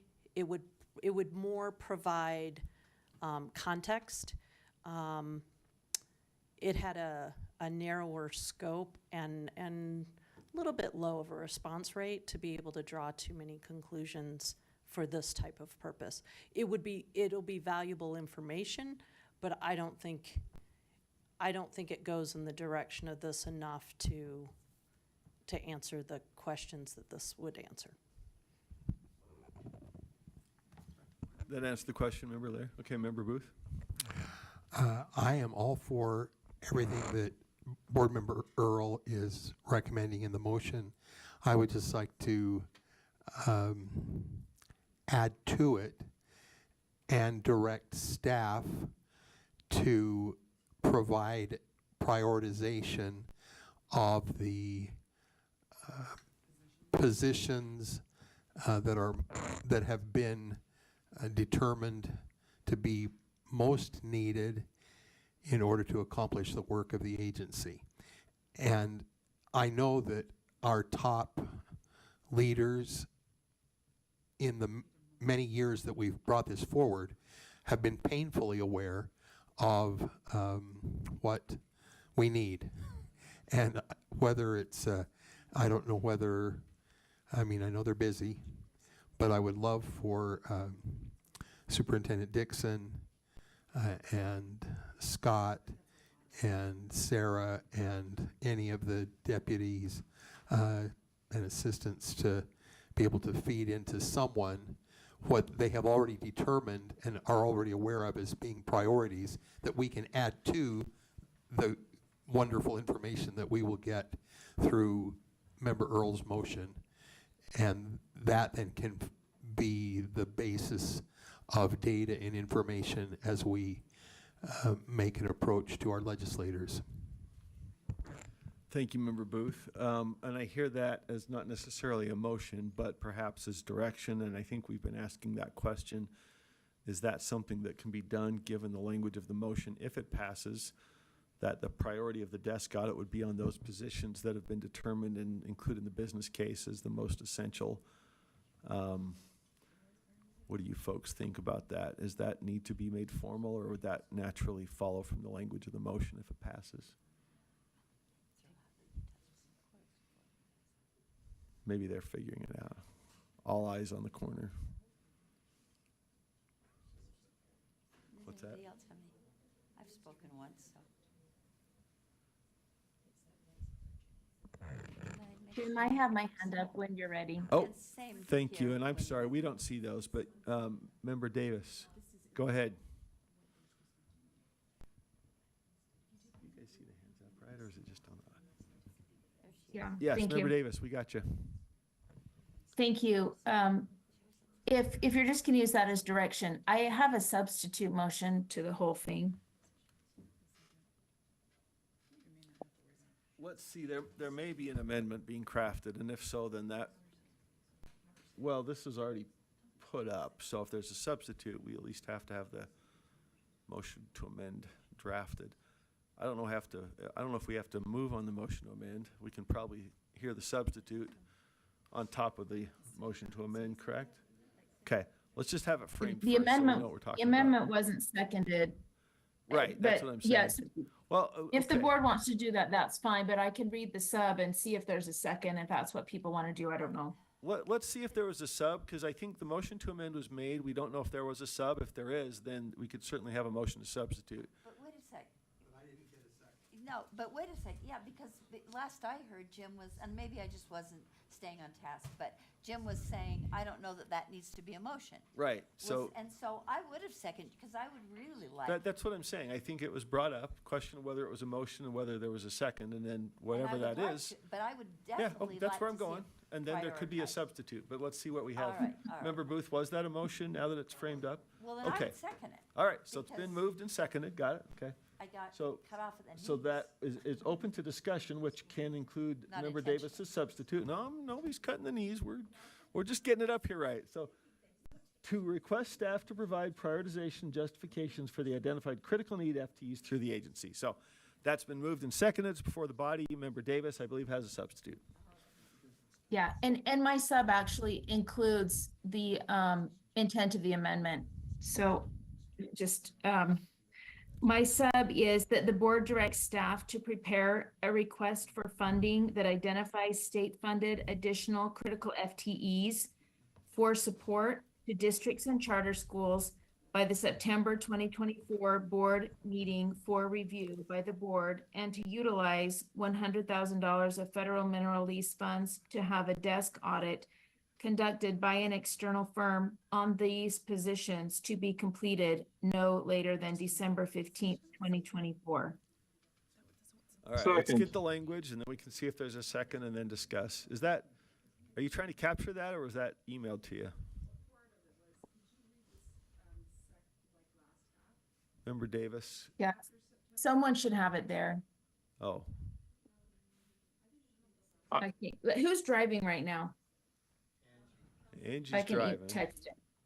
I'll text it to Angie. Sybil's riding shotgun. Okay, let's get it teed up, see if we have a second. While they're teeing it up, can I ask a clarifying question?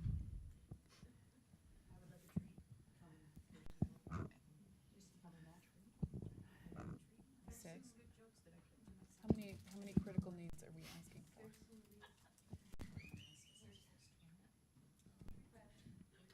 14? So, Board Member Davis, if I'm understanding, you want an analysis of 14 positions. Is that, am I understanding that right? Because that's the critical need that we're asking for. So you want this analysis to be about yes, 14 I want that. positions? I want that to be the focus of the analysis. And certainly there may need to be review of what, other programs and departments and staff are doing, but I want the focus to be on these particular needs.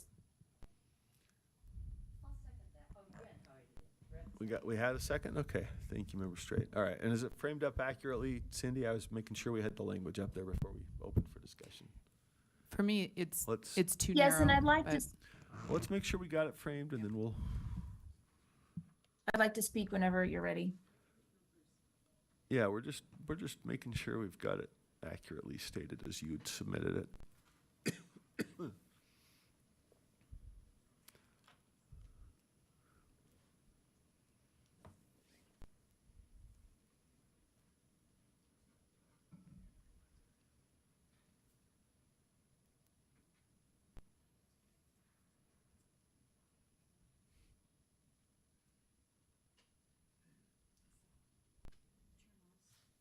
While they're writing that, do you mind if I ask a clarifying question of Member Booth? You bet. Member Booth, just for clarity, in your proposed amendment, are you asking staff are you asking the board to direct staff to write up cases for the critical needs? Just want to be clear what you're asking, or are you trying to get at what Member Davis just suggested?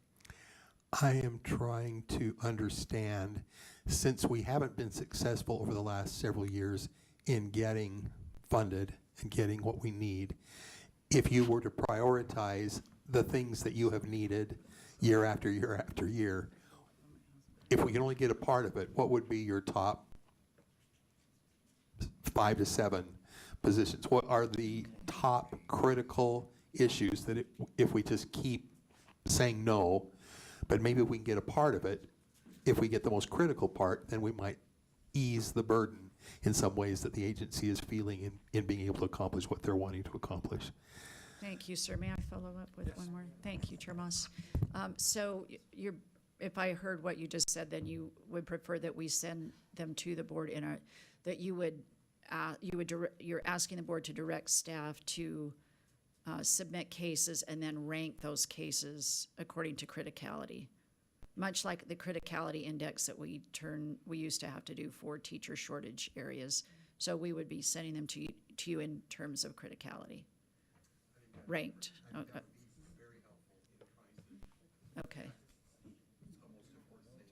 Okay, great. Thank you for that clarity. Okay. Do we have that one? Chair Moss, Yeah, is that in framed light up? of that, I could add the word prioritize also in this motion, which would be friendly.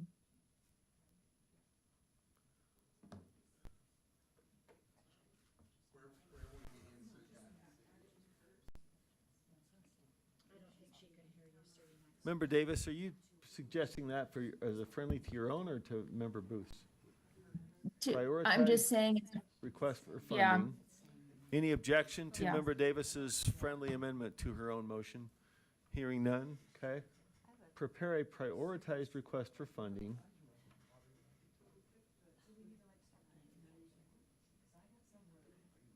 So I have a clarifying question.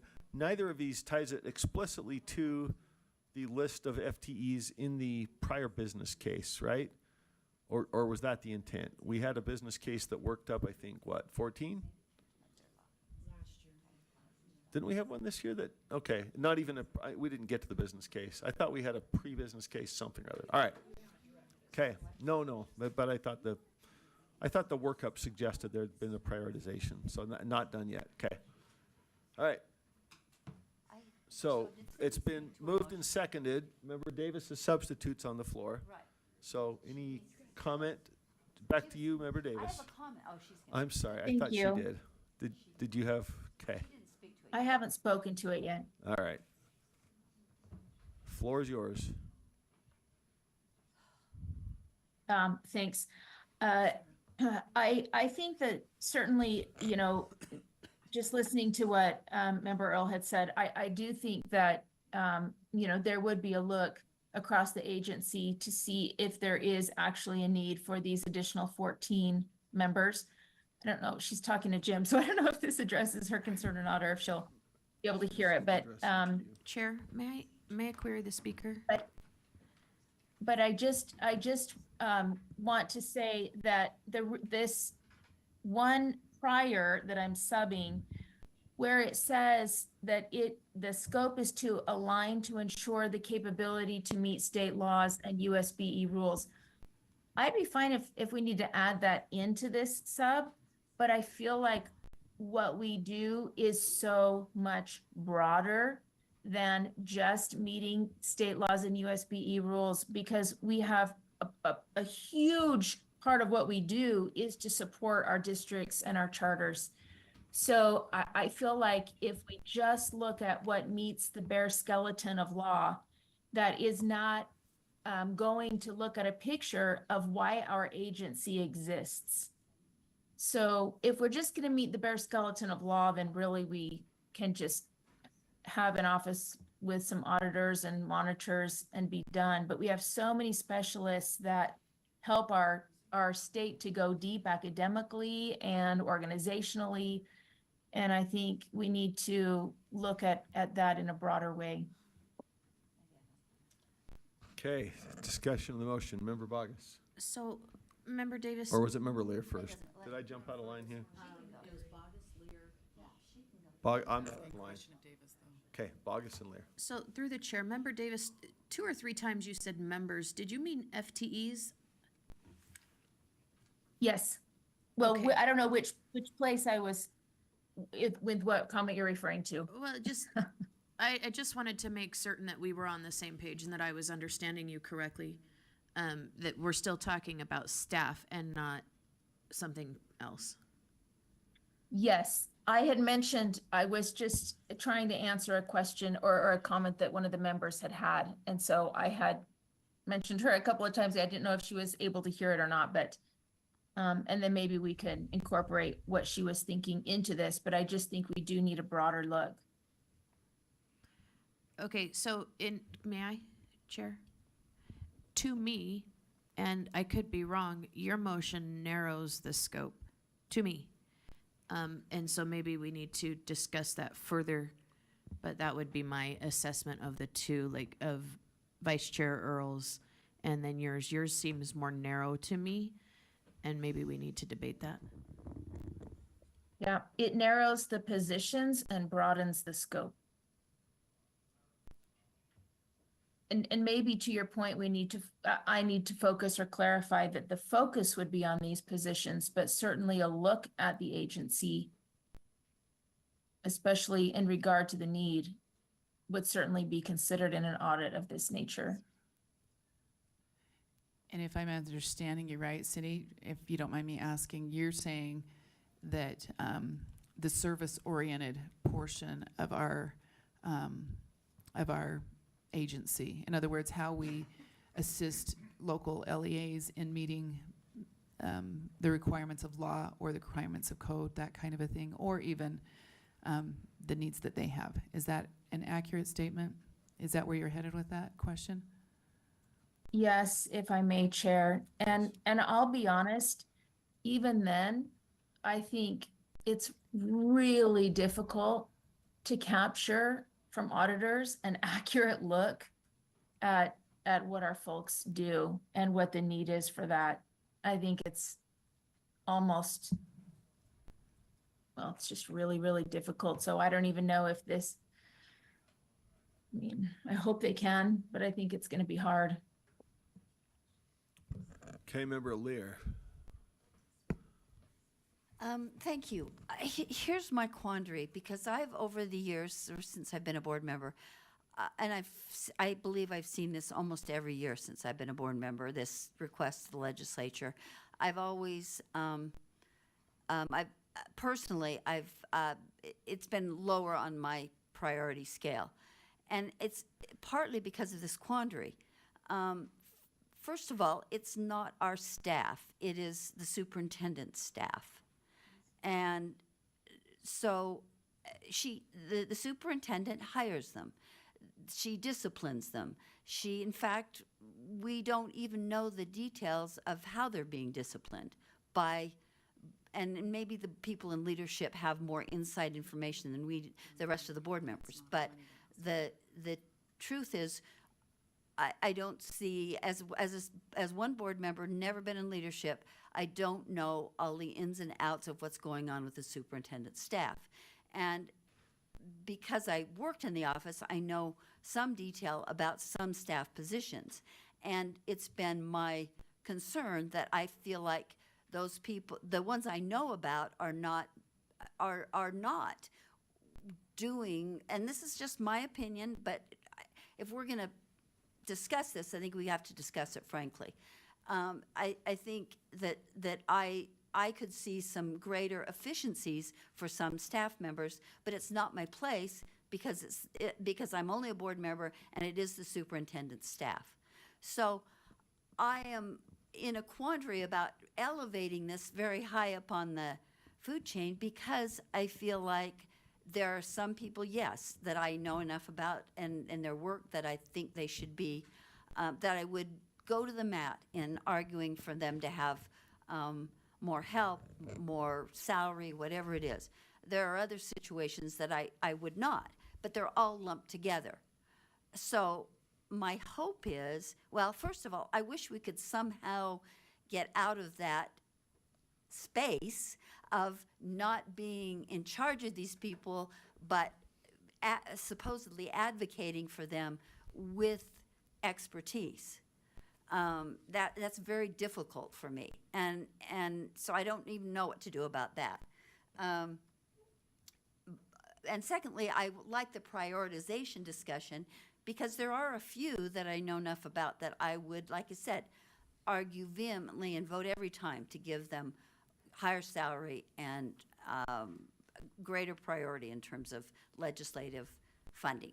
So that's kind of one part of my comment. The second part of my comment is we keep looking for audits to do this work. And my experience with audits has not been totally positive. That the auditing process, and Cindy started into this a little bit, is not really, it doesn't really help me as a board member in some ways, because auditors tell you this is happening, A is happening, B is not happening. It doesn't say, but you could do C, and that would help the situation.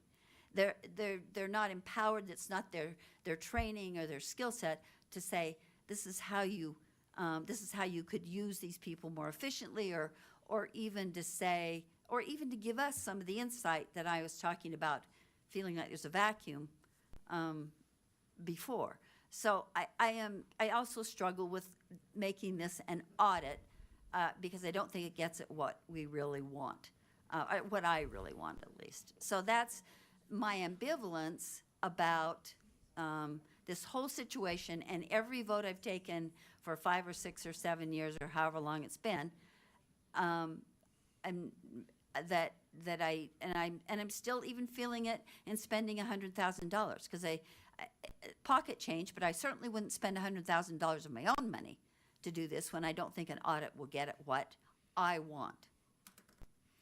All right, thank you. And just to frame this or contextualize, I do believe the motion came up in the context of legislative funding priority discussion, right? So there are parts of these various motions that would go broader than that and have other uses. I think it was brought up at least in the immediate context of how do we analyze potential FTEs.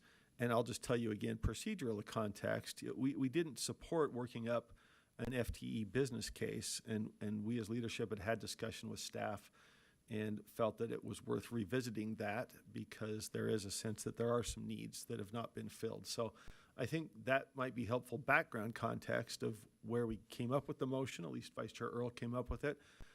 Do some digging in preparation for the session and see if board members want to reconsider putting together some kind of business case. And if so, how might this inform that? But then, at least as I understand it, there are broader elements to the various motions. So I just want to let you know how this kind of came about, both background to this meeting and then yesterday. With that, I think Vice Chair Hart had a... Yeah, so I think we might be making some leaps here.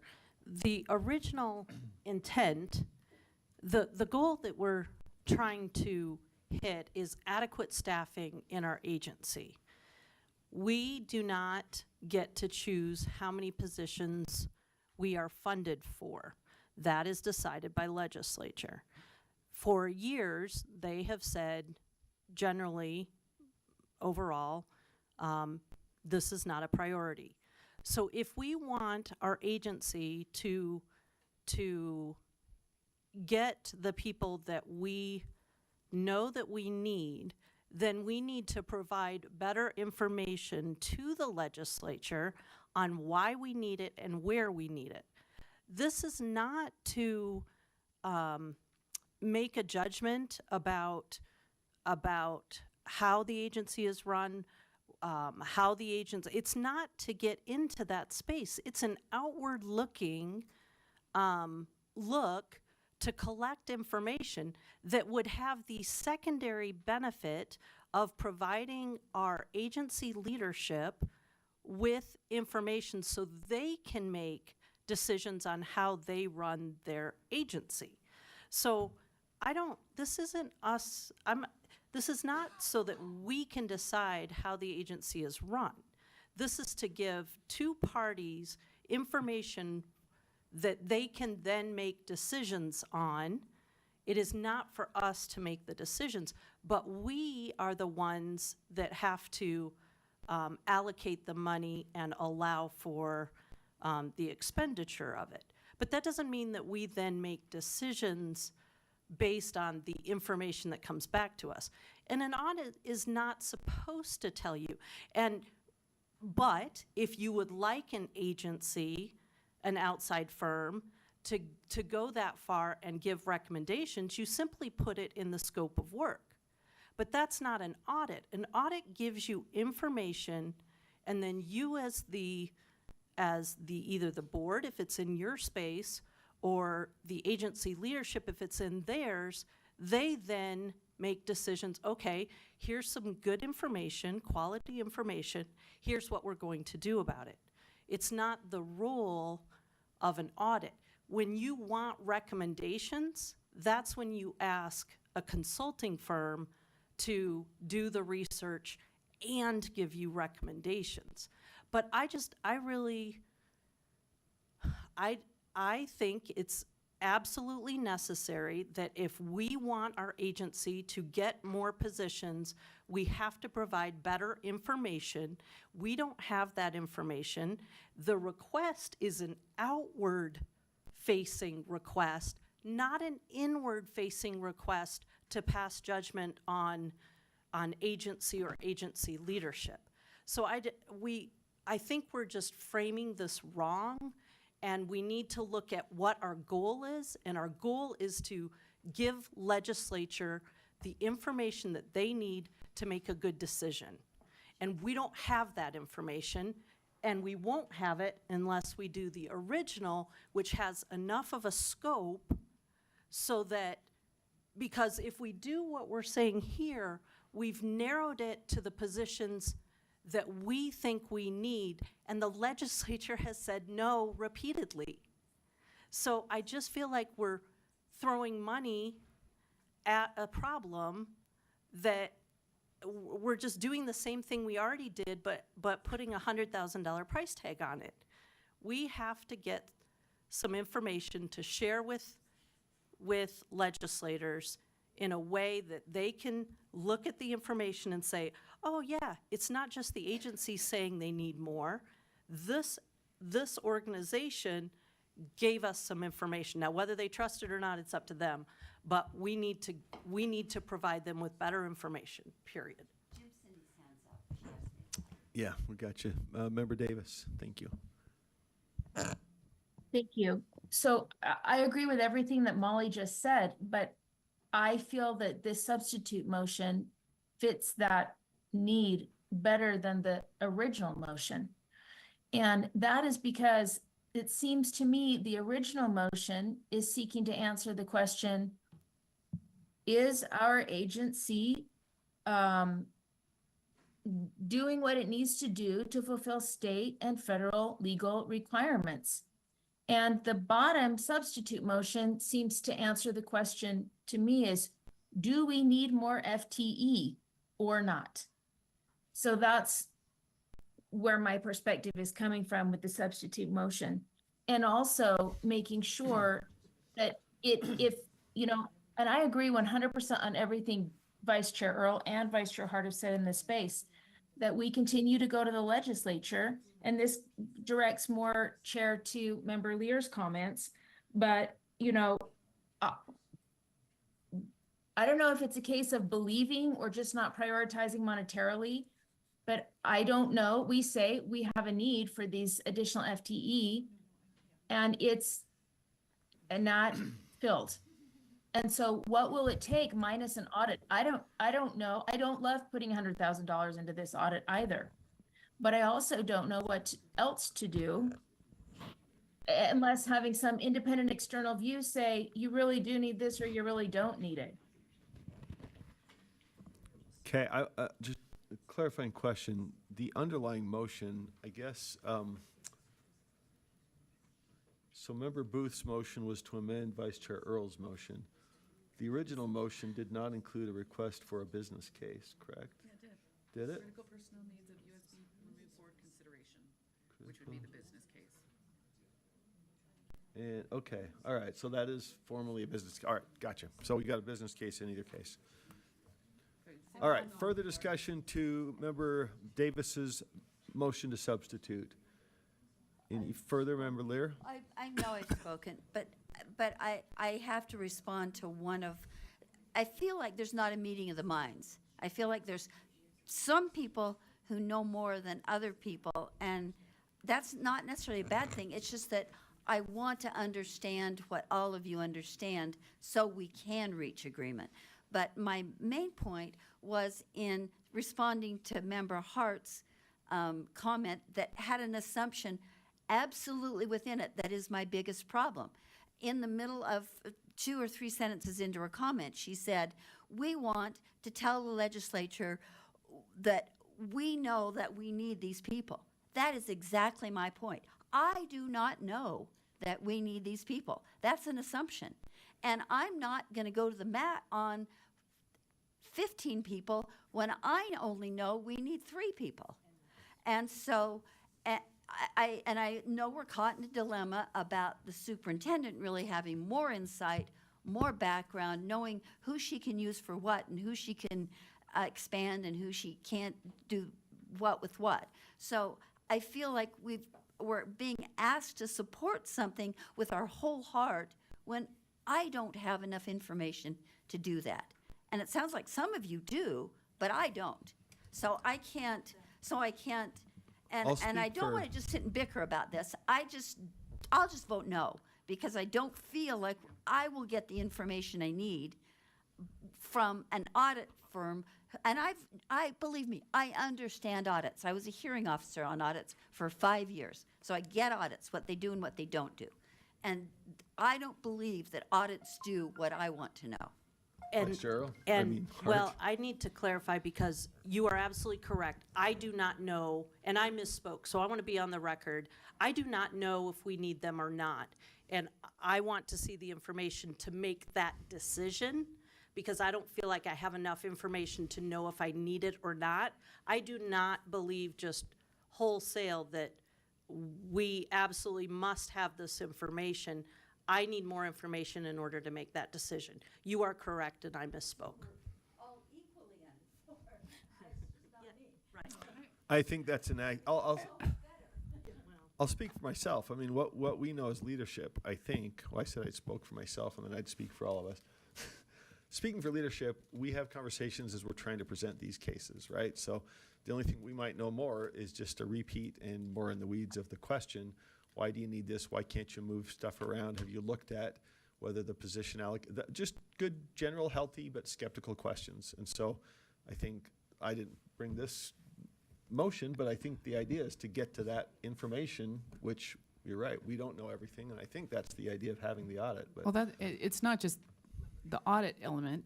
It's also the fact that that's what was requested from the superintendent. The very individual you're saying we shouldn't be in the weeds with is the one asking us for these positions. So, well, you would have to know more, and that's why we asked for it to be a business case so that there could be an analysis, about that. But the question is, it just providing credibility to the request is what the idea was. And like I said, we're probably drawn this out way too long. People can vote if you don't want it. vote against it. But I think we do need to move the business case forward, at least to be considered by the board, because it's the request of the superintendent and her staff. But if we don't want to do that, we can not do that too. I just don't think that's probably the best approach, whether you think it's 3, 5, or 20. I think we're getting the information we know, which is just that there's an ask for particular people, so. Say that. Okay, Member Straight, and it is coming up on 3:30. This has been a good discussion. Let's see if we can bring it to a head. Member Straight, and then did you want to speak, or we have Vice? I will. Okay, Member Straight, Vice Chair Hart, and then back to Member Davis, and let's see if we're ready for a vote. You're muted, though. Sorry, Brent, you're muted. Thank you.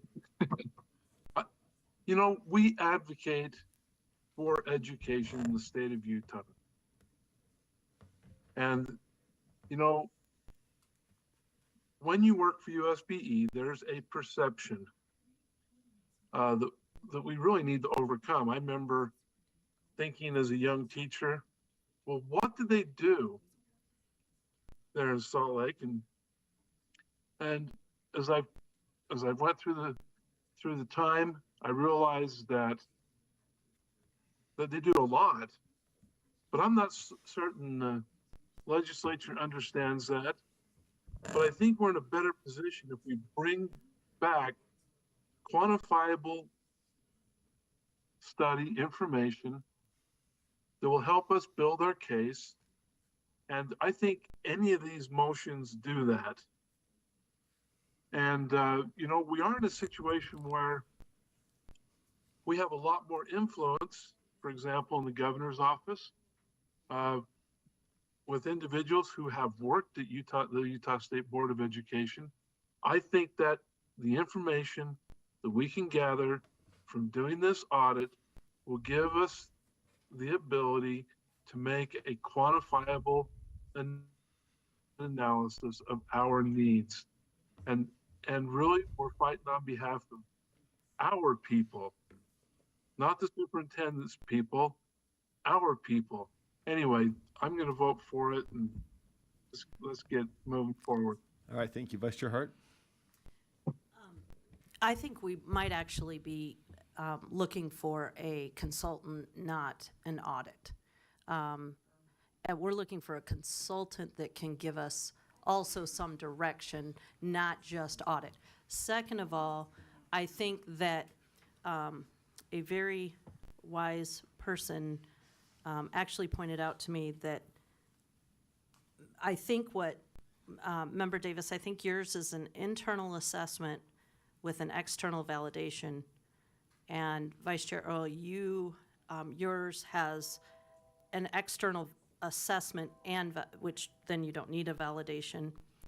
Those are both legitimate. It's just two ways to the same thing.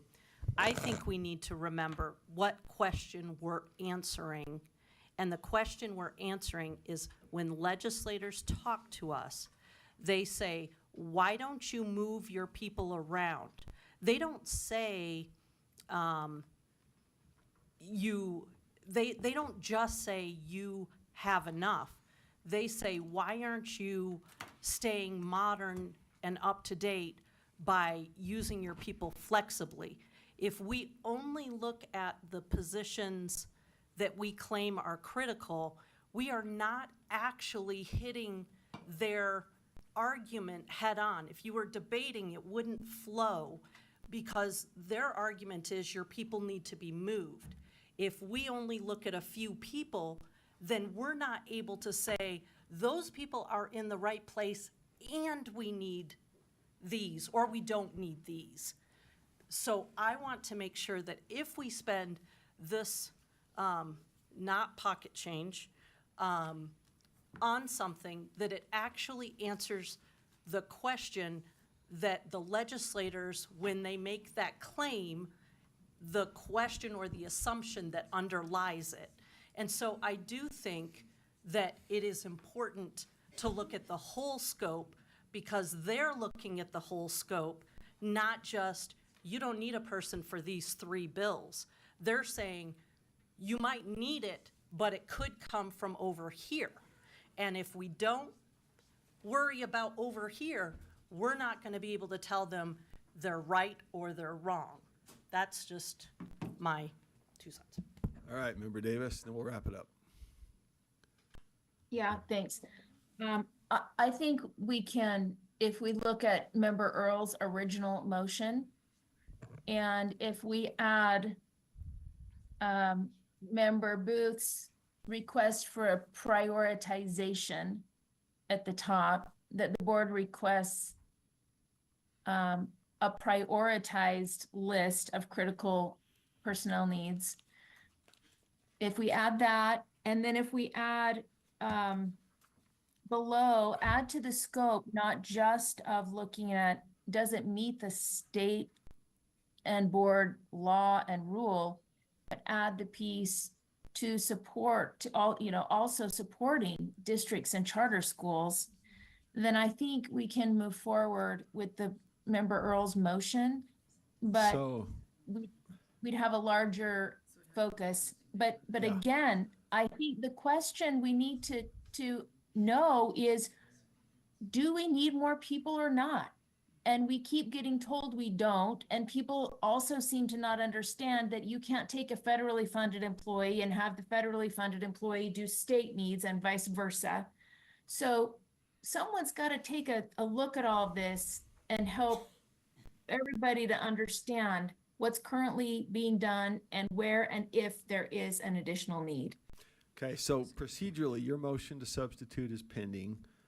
I think if yours is voted down, then you go back to Member Booth's, and if there are further amendments to that, that could be done. But we've got right now the substitute motion on the floor, correct? I think that could all take a long time. If there's no objection, I would rather just withdraw my motion. And if it's friendly to Member Earl, add in Well, and Member Booth. those two pieces, and maybe Member Booth might withdraw his as well. I don't know. Let me see if that's permissible. I always want to check with my parliamentary. The request is, can she pull, if there's no objection, pull her motion to substitute and instead offer an amendment to Member Booth's amendment? So, all right, let's do that. Member Davis, unless there's an objection. I don't have an objection, but as long as we're making a few group changes. Well, hold on, we're not.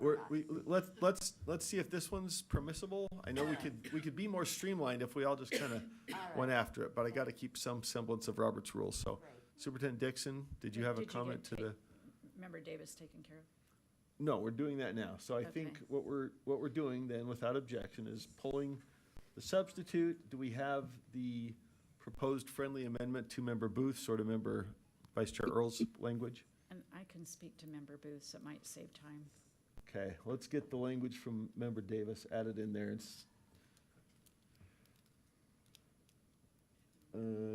Request staff, let's see. Are we adding, or do we still need more language in there?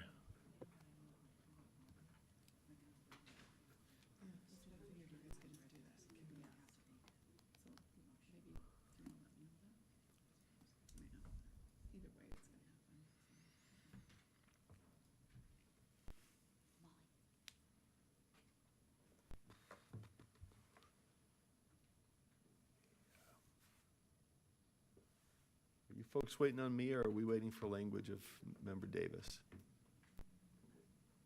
She doesn't look like she's thinking. Okay, Angie's still working on it. No worries, no rush. Just wanted to make sure I wasn't.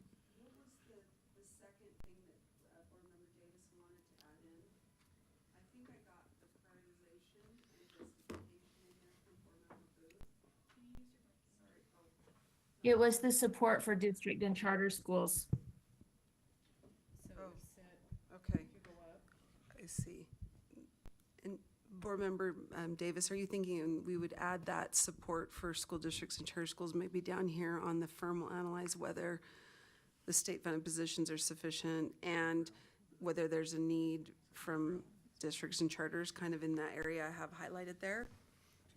I think it would be ensure capacity or capability to meet state laws, USBE rules, and whatever that language you just said. Okay. That's. And Cindy, support does that work? districts and charters. Yeah. And support districts and support- charters. Yep, for districts and charters. Yep, would be it.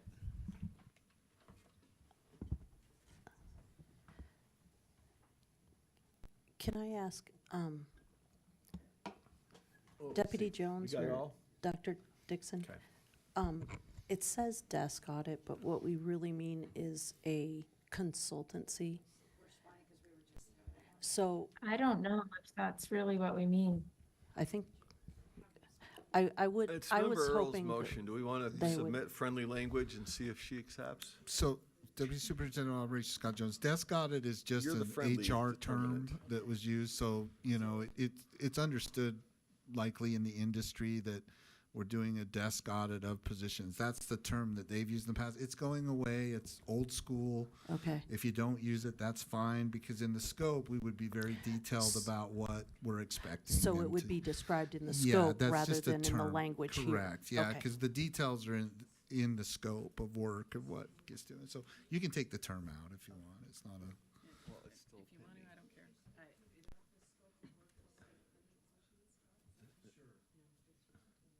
So let me just get some clarity here from the parliamentarian.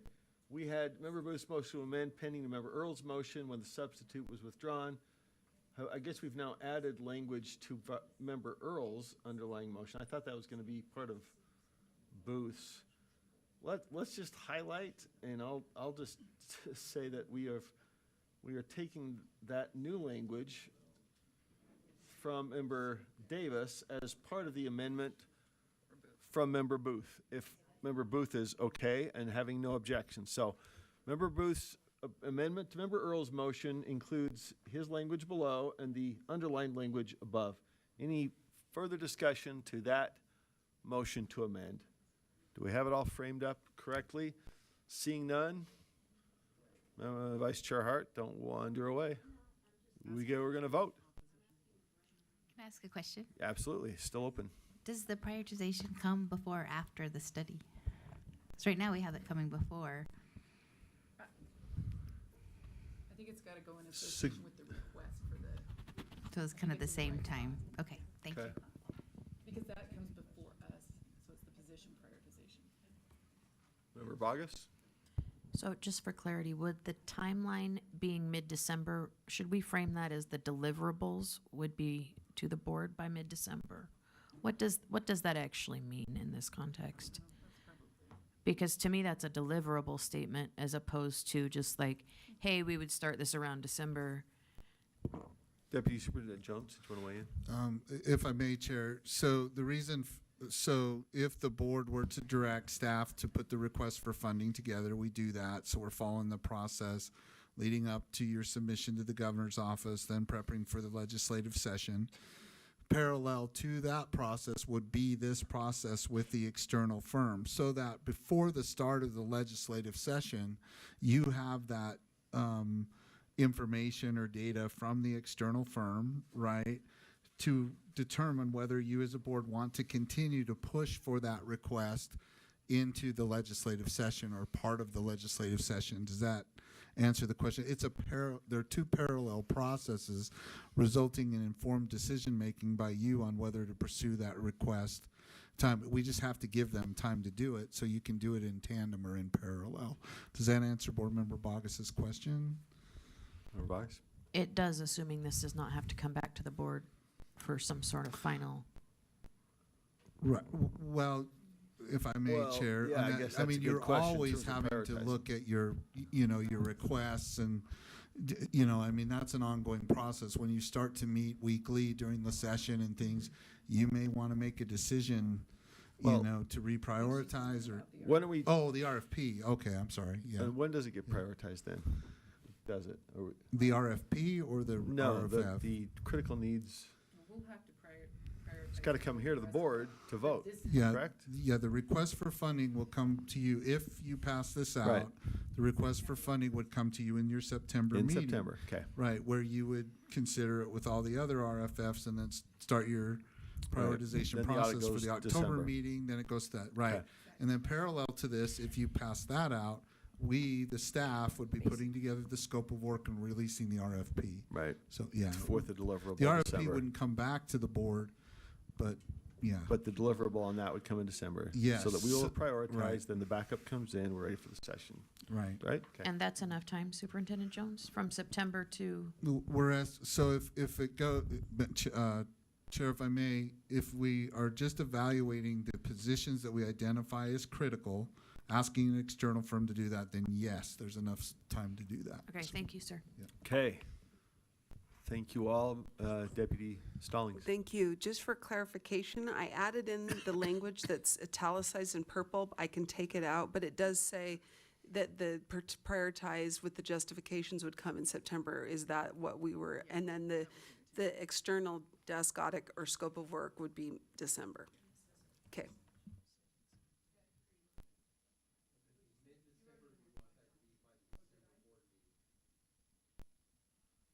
Before January.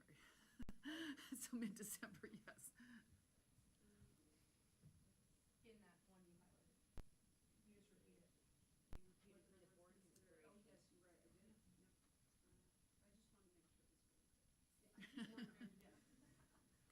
let's vote. Okay, I think we're set. Let's vote on Member Booth's motion to amend, which includes the underlined language in Member Earl's motion and freestanding language below. Can we scroll up just a bit so we see all the Booth language? There we go. Okay, Just point of clarification, yes. which two board members, are the two board members going to be appointed by the chair? And do we need to have three? It just says at least two. I wonder if there should be three, just in case That's your motion. there's two that think What's the- differently. I don't think it needs to be more than two. I think it's just two board members and people can indicate if they're interested. Okay, If you want to do, if this body wants to do three, I just don't want to make it cumbersome. Yep. Yeah, three is an option.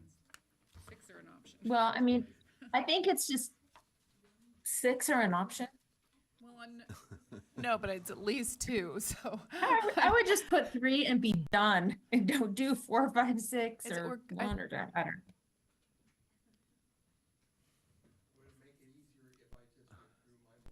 No, not right now. I think we got some good stuff up there with yours, Yeah. Member Booth and Member Davis's. Last point just here, leave is it. that a proposed Just leave it. friendly or just a It's fine, a just leave it. question? Okay, so at least two. Just leave it. All right, preferably not a quorum, but I think that goes without, goes without saying, right? Okay, so Member Bogus, Yes on the amendment. Member Booth.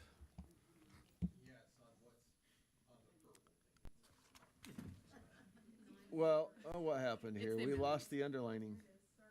There we go. All right.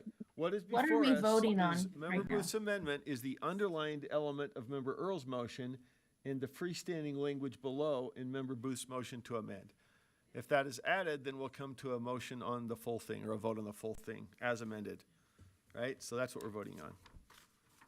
Member. Point of information. Yes. Does it also include and to support school districts and charter schools? If that's Yes. 'Cause that was- underlined, yes. It does. Yep. Okay, All right. So Member Booth's a yes. Member Davis, yes, Vice Chair Earl, Yes. Member Green. Did we get Member Green back? Yes. Member Green is a yes. Vice Chair Hart, Yes. Member Hymus. Yes. We don't have Member Carey, correct? Just double checking. Member Earl, Yes. or I'm sorry, Member Lear. Yes. I'm losing it. Sorry. At least I haven't included real. We've got our 3 LEARs, REAL, straight. Oh, no, Member Norton. Yes. Oh, Member Norton?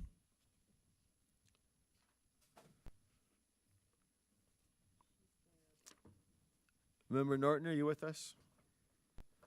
We'll come back. Member Straight? yes. Straight's a yes. Member Wood?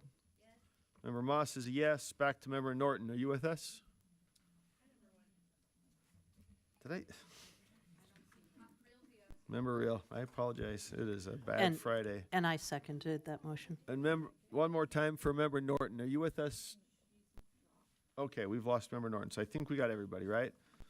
Apologies, I didn't keep my roll up to date of who's here and who to call. Okay, that passes unanimously. That brings us back to Member Earl's underlying motion as amended, which is before the board. So let's see, do we have Member Booth's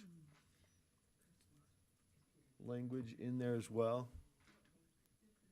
Okay, so looking at the highlighted material for Member Earl, that includes everything we just voted to add, and that's the motion to, I won't read the whole thing, as amended. Any final questions to that underlying motion or discussion? All right, we'll start at the bottom. Member Moss is a yes. Member Wood? Yes. Member Straight? Yes. Member Reel? Yes. Member Norton? Member, okay. She's plugging in a new one. I'll try to come back then. Member Lear? Yes. Member Hymas? Yes. Member Hart? Yes. Member Green? Vice Chair Earl? No. Oh. Did I hear from Member Green? That's a no? You did. Okay. It was a no. All right, thank you. Vice Chair Earl? Yes. Member Davis? Member Davis? Yes. Yes. Member Booth? Yes. Member Bogus? No. Member Bogus is a no. Did we get everybody? Did I miss anybody who may be with us? Let's see, we don't have Member Carey or Member Klein, correct? And we don't expect them back? Or I just want to make sure I don't overlook anybody who's trying to join. We do have Member Norton, maybe. One last chance, Member Norton, you with us? Yes. Yes. Member Norton's a yes, we got you. Okay. So that passes, I believe, 2 noes. Member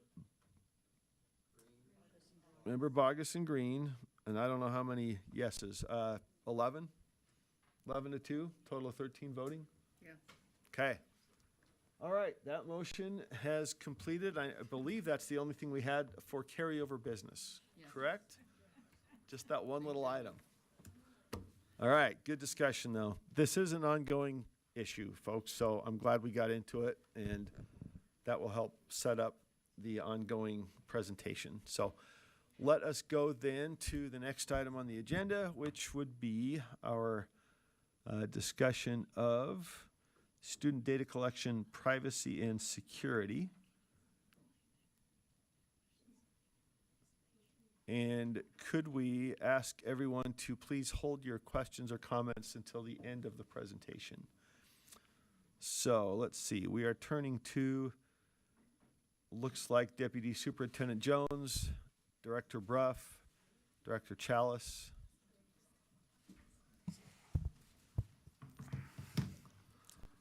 Thank you very much. So who's driving?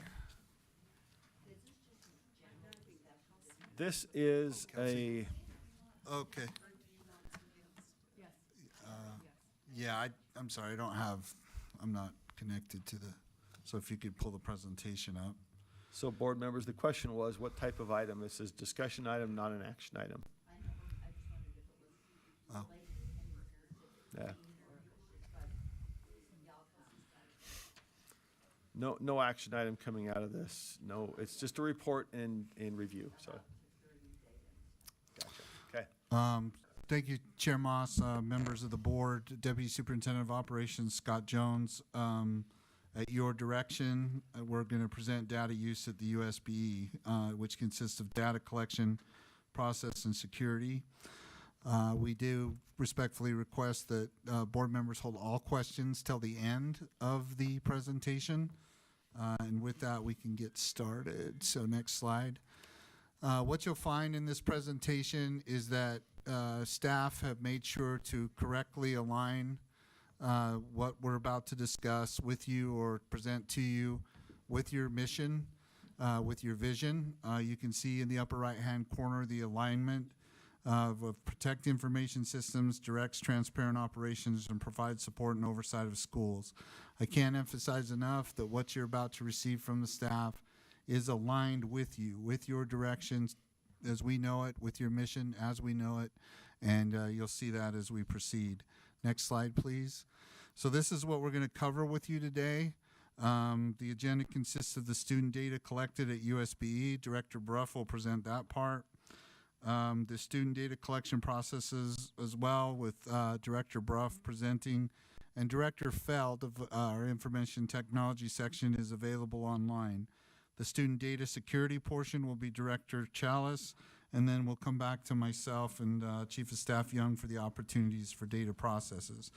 So without further ado, if you'll call on Director Bruff, sir, he'll go ahead and start presenting. So go ahead, Aaron. Thank you. Thank you for being here, for letting us be here. Aaron Bruff, Director of Data and Statistics. Just to start off, all student data collected by USB is guided by code, rule, and audit responses or policy. So we just want to make sure that that statement's out there and clear. That's how we get the information, because it's related to, again, a code, rule, audit response, or a policy. If we can go to the next slide, please. So why do we collect student data at the Utah State Board of Education? So on the left-hand side on the screen, you're going to see, the primary reasons are we have financial obligations that we have to report on it. We have population estimates and collaboration efforts that we do with the state. We have accountability. We have statewide services that we have to track and understand what's going on, and program implementation. This is primarily why we have this information here at the state board. There's a lot of student, and I'm focusing now on student information. There is a lot of student information. There is actually, what we're talking about here is found within the UTREC specification. It's about a 230 some odd page document that's not fun to read. I have to read it all the time, audit it, check it. I'm not saying go and read this, but I want to explain what's inside of there. So first off, there are a number of data files that get reported. And so if you look at the front page of that document, it goes through each of the sections or the data files that are submitted. And then as you go through each one of those, there are 3 sections for each of those files. And I want to explain that to you and whoever's listening. So if you happen to go look at it, you don't get confused or get bogged down in the technical elements. So the UTREC specification layout is basically 3 parts. So as you read about an element in any one of those file specs, it's broken into 3 parts. There's a CIF mapping, there's the definitions, and then there's the validations. The CIF mapping and the validations is designed for the technical LEA staff to read and understand as they code and send us information. If you care about that, it's great fun to read. Okay, it's not, but just know that that's there. If you want to understand what are the data elements that we collect, I recommend that you just go to the definition portion of each of those file specs and read through that. That should give you a good understanding of the data that we have that we receive through UTRECs. Okay, now, next slide, please. There we go. So, and this is a very high level. What kind of information do we have on student data? Well, I've broken it into basically 6 buckets or 6 components, which are: 1, we look at school enrollment. We need to know where the kids are enrolled, from start date to end date, and there's all kinds of purposes that I talked about in that first slide. We look at test results. There's lots of tests and information that we receive on a student, from the preschool, kindergarten, all the way up through the ACT and the CT courses and such. We have lots of test data information on the students that we receive. We have demographic information on the students. When I say demographics, again, I reference you back to the UTREC specification of what they are, but we have that information on students. We have programs and services that the students are involved with. We have the courses that the students take and the associated teachers. As we go through and we track that information, especially as the student enters into 9th grade and beyond, we track the grades that they get. We don't calculate grades. We don't calculate the GPA or anything like that. We receive all of that directly from from the LEAs, but we do have that information. And then we have the academic information, or just as you're going through what other participation work that they have. And so, again, at a very high level, what information on the students do we have here at the State Board? It typically falls within these 6 buckets. Go to the next slide, please. So, as we talk about the data collection process, go ahead to the next slide. So in R277484, the State Board requires that the LEA submit data on a daily basis. And so that's how UTREX is set up. We receive information every single day, and that data changes according to that day-to-day. We're not receiving individual, I was gone, or the absent data, but what we get is a cumulative file, or they miss 1 day or they miss 3 days. We don't get the actual day that they receive. And then there are 3 submission periods that we have throughout the year. It's the October, the December, and the end of year. These data, or those dates, then we communicate very clearly and constantly with the LEA saying, we are going to do a snapshot. They have to certify their information that it's accurate.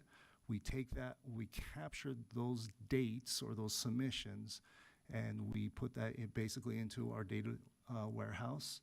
And those are what we use for official reporting. So we don't go to the UTREX, the day-to-day submission process. We go to one of those 3, depending on the purposes behind either the reporting requirements, the financial requirements, what have you. So again, 3 data submissions, but again, we do receive day-to-day submissions also through UTREX. So when we talk about the student data collection process, again, this is, the current state is simply the LEAs, they submit every single day. There's lots of validations and checks that we go through it. And as we're moving into the new USIMS process, it will be more of a back-to-back. We receive and then send back out. Obviously, you're aware of how USIMS is coming along, and that development's going in there in the modernization and interoperability process that we're doing. So with that, I'll pass it off to Katie. Thanks. Hi, board. Good afternoon, bordering on evening. My name's Katie Chalice. I'm your Director of Privacy. And I'm legitimately excited to be talking to you today about data privacy. So Aaron has spoken to you about, Director Bruff has spoken to you about the data that we collect, the methodology for collecting it, and I'm really excited to speak to you today about the way that we protect the data that we have. This is gonna, well, let me speak first. Oh, thank you. Kelsey, are you driving or is this Sybil? Thank you so much. Wanted to take a minute to give you a genuine thank you. There's a term often used in the data governance world called data stewardship. And I have long loved and appreciated that term because I think that, to me, it gives a sense of the gravity of the obligation that we have to protect student data. And I feel that the board takes that gravity seriously and is, I feel that you are responsive and thoughtful and careful and purposeful about the data sharing that you permit. And I genuinely want to thank you for that. It makes, it kind of warms my heart, and I think the public would be grateful to you for that as well. All right, next slide, please. In preparation for today, I had a million things I wanted to tell you, but I did my very best to narrow them down, and I got them down to 7 things. So I'd like you to walk away with these 7 things to know about privacy at the State Board of Education. The first and second go together. First is that we are a nationally recognized program, and a lot of that is because you have dedicated staff. This ties in nicely to your previous item where you were talking about the ability for whether or not staff have capacity to meet their obligations, and we are very fortunate to have a team that is that has the capacity to do really good work. To my knowledge, there is only one other state in the nation that has a person dedicated solely to data privacy. That's New York State. And even that state only has one other person that supports that individual. So we're really fortunate to have staff dedicated to this work. The third item, and this is perhaps the most important that I'd like you to understand, is that data sharing that takes place from the State Board of Education is controlled. It is not casual, it's not arbitrary, it is purposeful and controlled. I'll give you a couple examples of that. There is a process in place through Board Policy 3006, which governs your staff's behaviors surrounding when it is and is not appropriate to share data. In some cases, according to that policy, Aaron, myself, and one of the assistant attorney generals can sign off on data sharing. In many cases, the data sharing needs to be approved by you as a board, but never is it conducted casually. That's something I want you to know and feel hopefully comforted by. The fourth item I'd like to present to you is that our agency is focused on data minimization. The term data minimization means that we only collect what we absolutely need. If we don't have a strong use case for collecting data, we don't want it. We're not seeking data that we don't legitimately need, and that is a strong focus of ours. Fifth is that your staff have only need to know access. So myself and my team, for example, I have literally no access to student data because I don't need it to do my job. And that is the case for many staff here. There are some staff that have access and they receive training specific to that access.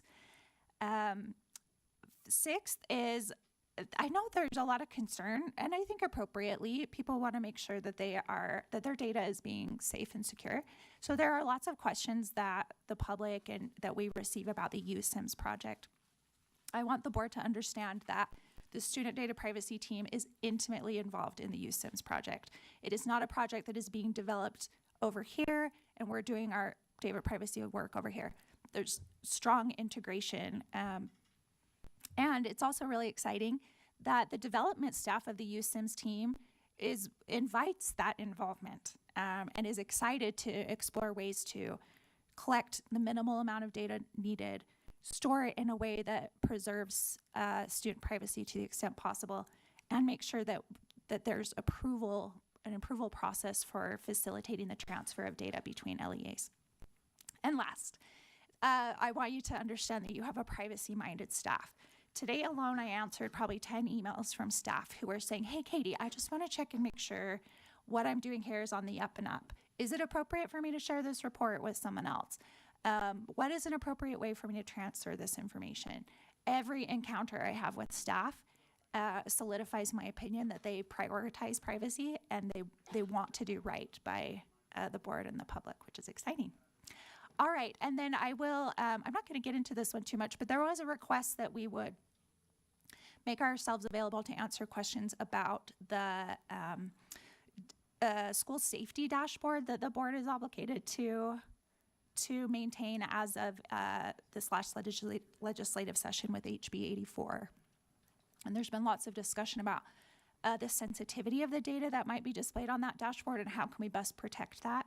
I've listed 2 options here for ways that we could safely share that data with whoever we end up partnering with to create that dashboard. And I'm happy to answer questions on that, but I want you to know that that is front of mind for staff as we work to meet that obligation. And that concludes my section.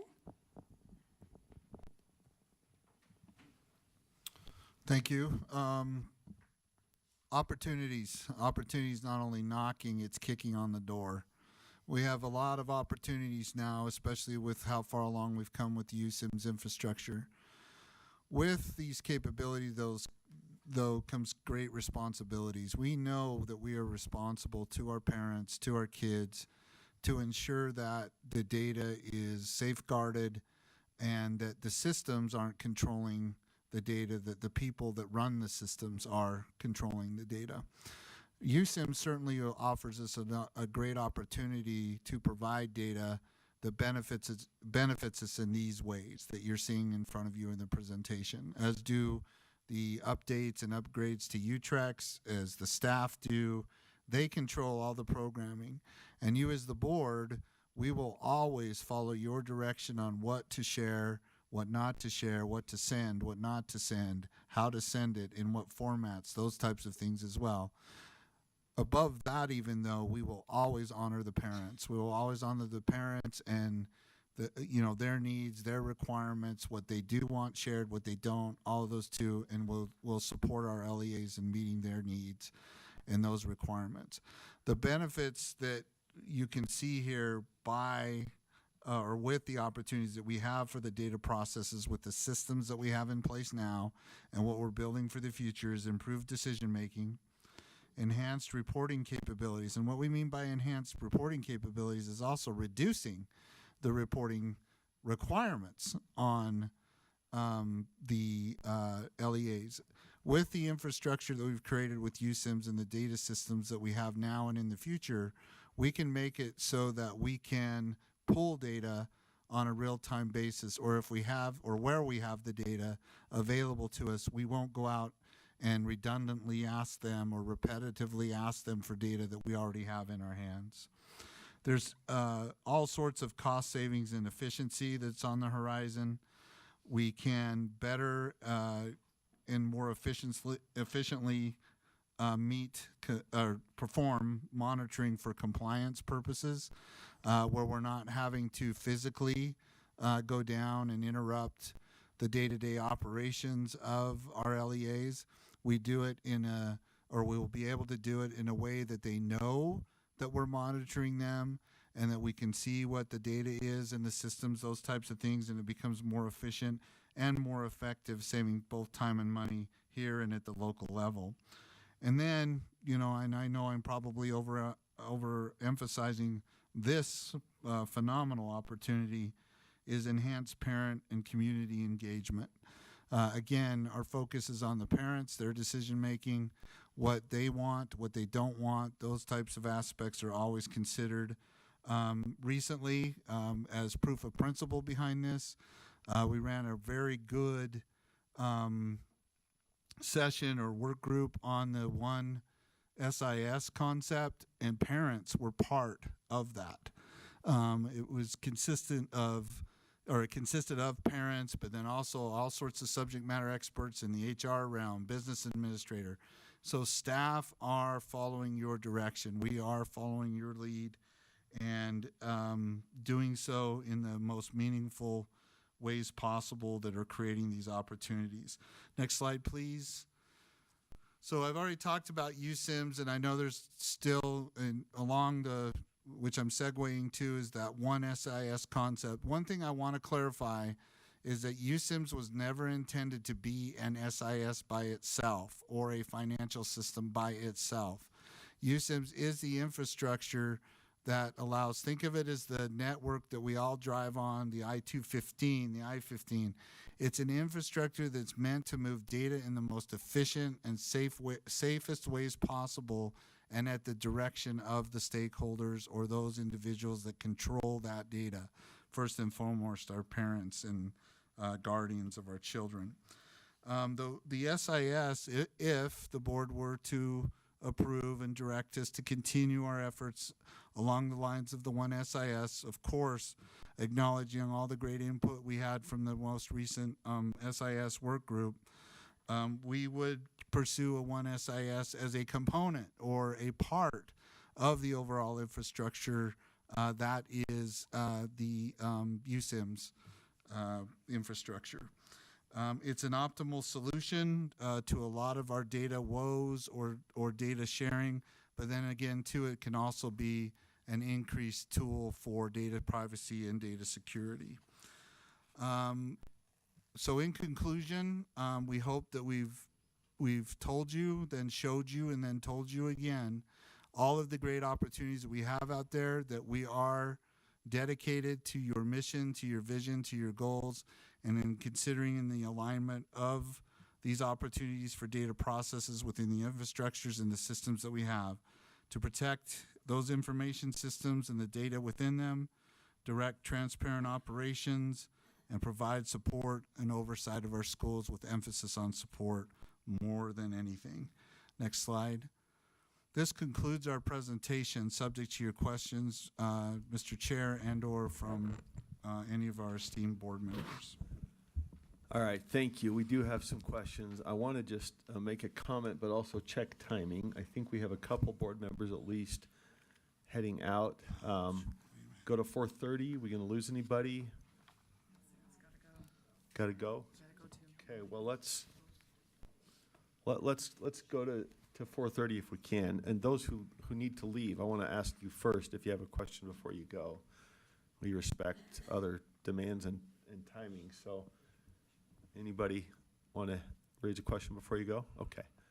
Well, I see a light, but let me just say thank you to all of you. This comes up every time we consider a policy proposal.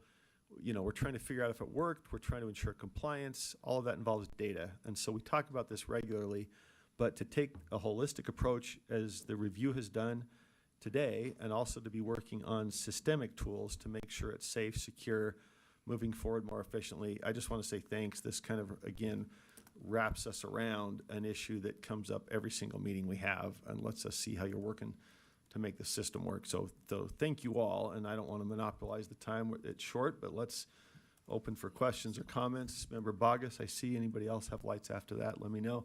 Online folks, raise your hand if you want to weigh in. Awesome, thank you, sir. I really enjoyed your presentation. Thank you. I always do. So back to slide number 7. It says student data collected at the USBE. My question is, and I believe it's to Director Bruff, how many data points are being collected overall? Where does it go? Like the agencies, the orgs, the contractors, I'm gonna go ahead and say et cetera, both state, federal, and all over the place. And then just piggybacking on that, because it will finish the question, are parents informed of this and do they consent on a yearly basis to all of those things? Okay, lots of questions there. I know, it's like being in a debate. First, how many data points are there? I haven't counted them. And it's. So maybe that's a question that can be, sorry. So maybe that's a question. Maybe that's something that can be answered at a different time. So as not to put you on the spot, but That's fine. that's a question that you know came to me was I see the 6 categories, right? But I'm wondering about the overall number of data points, and it seems small, but it's so large. Yeah, if I can share, I was told multiple times, cut it down, cut it down, cut it down, cut it down on this presentation, because I geek out on this stuff a little bit. I kind of do too. A lot, okay. So there are a lot of data elements, and so I haven't counted them because there's a lot. I mean, it's a 200, I mean, I assume I'd prefer a computer to count it for me instead of myself. But with that said, there's a lot, and I can do the research behind it to find it. Now, when we say how many elements are there, there are I think I'm gonna say there's 17, but I could be wrong, of these data files that come in, and each one of those data files have different components. So for example, a school file just tells me what is the school. What's that information, what's this location and such, and there's multiple data points inside of there. The student record itself has the primary enrollment components, and I have to go through and count all those again, where the incident record 1 has, this is an incident, an associated incident has the other components to it. So there's a lot I don't know. So where does it go? That was your second question, correct? Yeah, you know, between the agencies, the orgs, the contractors, and I put et cetera with a smiley face. Et cetera. And then I put state and federal agencies So as well. fantastic question. There is currently, and again, we're transitioning between current systems and USIMS. Currently, it's on-prem servers that the data go into, associated data tables, databases, where they go. Where do they go out? Well, again, that depends. If we're talking about rostering to the LEAs, for example, when we talk about the testing components, the information comes in on a daily basis. That goes through what we call one roster, or just the rostering process, and then it goes through a secure API, basically a communication that goes out to the vendor, who then rosters the students within that testing environment. and it gets updated on a daily basis. So depending on the contract with what other vendor, depends on how that information gets shared out. Typically, it comes and it stays within our own database servers, and it stays, if you will, remains there. There's a few of those components where it goes out on a daily basis, but for the most part, it stays here. And then, so we have the Utrex, and then we have the warehousing, which is those three collections, which is also internal database. It goes and it stays there, and that's where we report information out. So when we send information out, typically it's all in aggregate, meaning we don't attach a student record to any of this. We say, count how many kids are inside of here, or count how many were involved with the program. And then with that aggregate, we look at disclosure avoidance, saying we look at the end size, make sure it's not disclosing information, and then it goes out. So it either goes out in a public forum, such as the data gateway where you can log in and see it, or if it's going, for example, to the federal government, it goes into the same process where it goes in an aggregate form and then gets submitted up to their system. So again, it kind of depends, but for the most part, it just hits our servers and it stays locked within our servers. Okay, I'm gonna call you later. That's fine. Hopefully that answered all the questions. It does. My last one was, are parents informed of all of this, and do they consent to it yearly? That's a great question, and I'm going to say, are they informed of all the data points? It depends on the parent. Go ahead. Thanks for that question. The vast majority of the information that we collect comes straight to us straight from the LEA, or the district and charter. At the time a student registers for school, the Student Data Protection Act, which is a privacy act specific to Utah, requires that districts and charter schools provide notice to parents of what data elements are required to be collected as a part of involvement in the school program. And then there are a couple elements that are optional that the parent needs to give consent. The majority of the elements that are collected are admittedly required. These are things like, I need to know your name in order to educate you. I need to know your address so I can contact you as needed, those kinds of things. So there is a notice that is provided at the time a student registers. I wouldn't call it consent in the sense that a parent, to those required data elements, the parent does not have the option to opt out of having that collected or shared. So there is some level of data collection and sharing that is inherent to being involved in the public education system. There are some data elements that, as I mentioned, require parent consent. For example, part of the IEP process for students with disabilities involves parent consent. But primarily, no, the parents are not consenting to having their data shared with the State Board of Education. I will note, and this does not resolve all concerns by any means, but our team has had a priority of wanting to help parents understand what data makes it to the state level and how it's used. And so we have a plan for the future to create some informational videos on that will hopefully be cute and easy to understand. Because I think it's a valid concern. Parents have this sense that there is this, state database, and how is that data being used? And is it being used to create profiles about my child? And we'd like to create resources that don't sugarcoat things, that give people an actual understanding of what's happening, and then let them make a determination if they feel comfortable with that or not.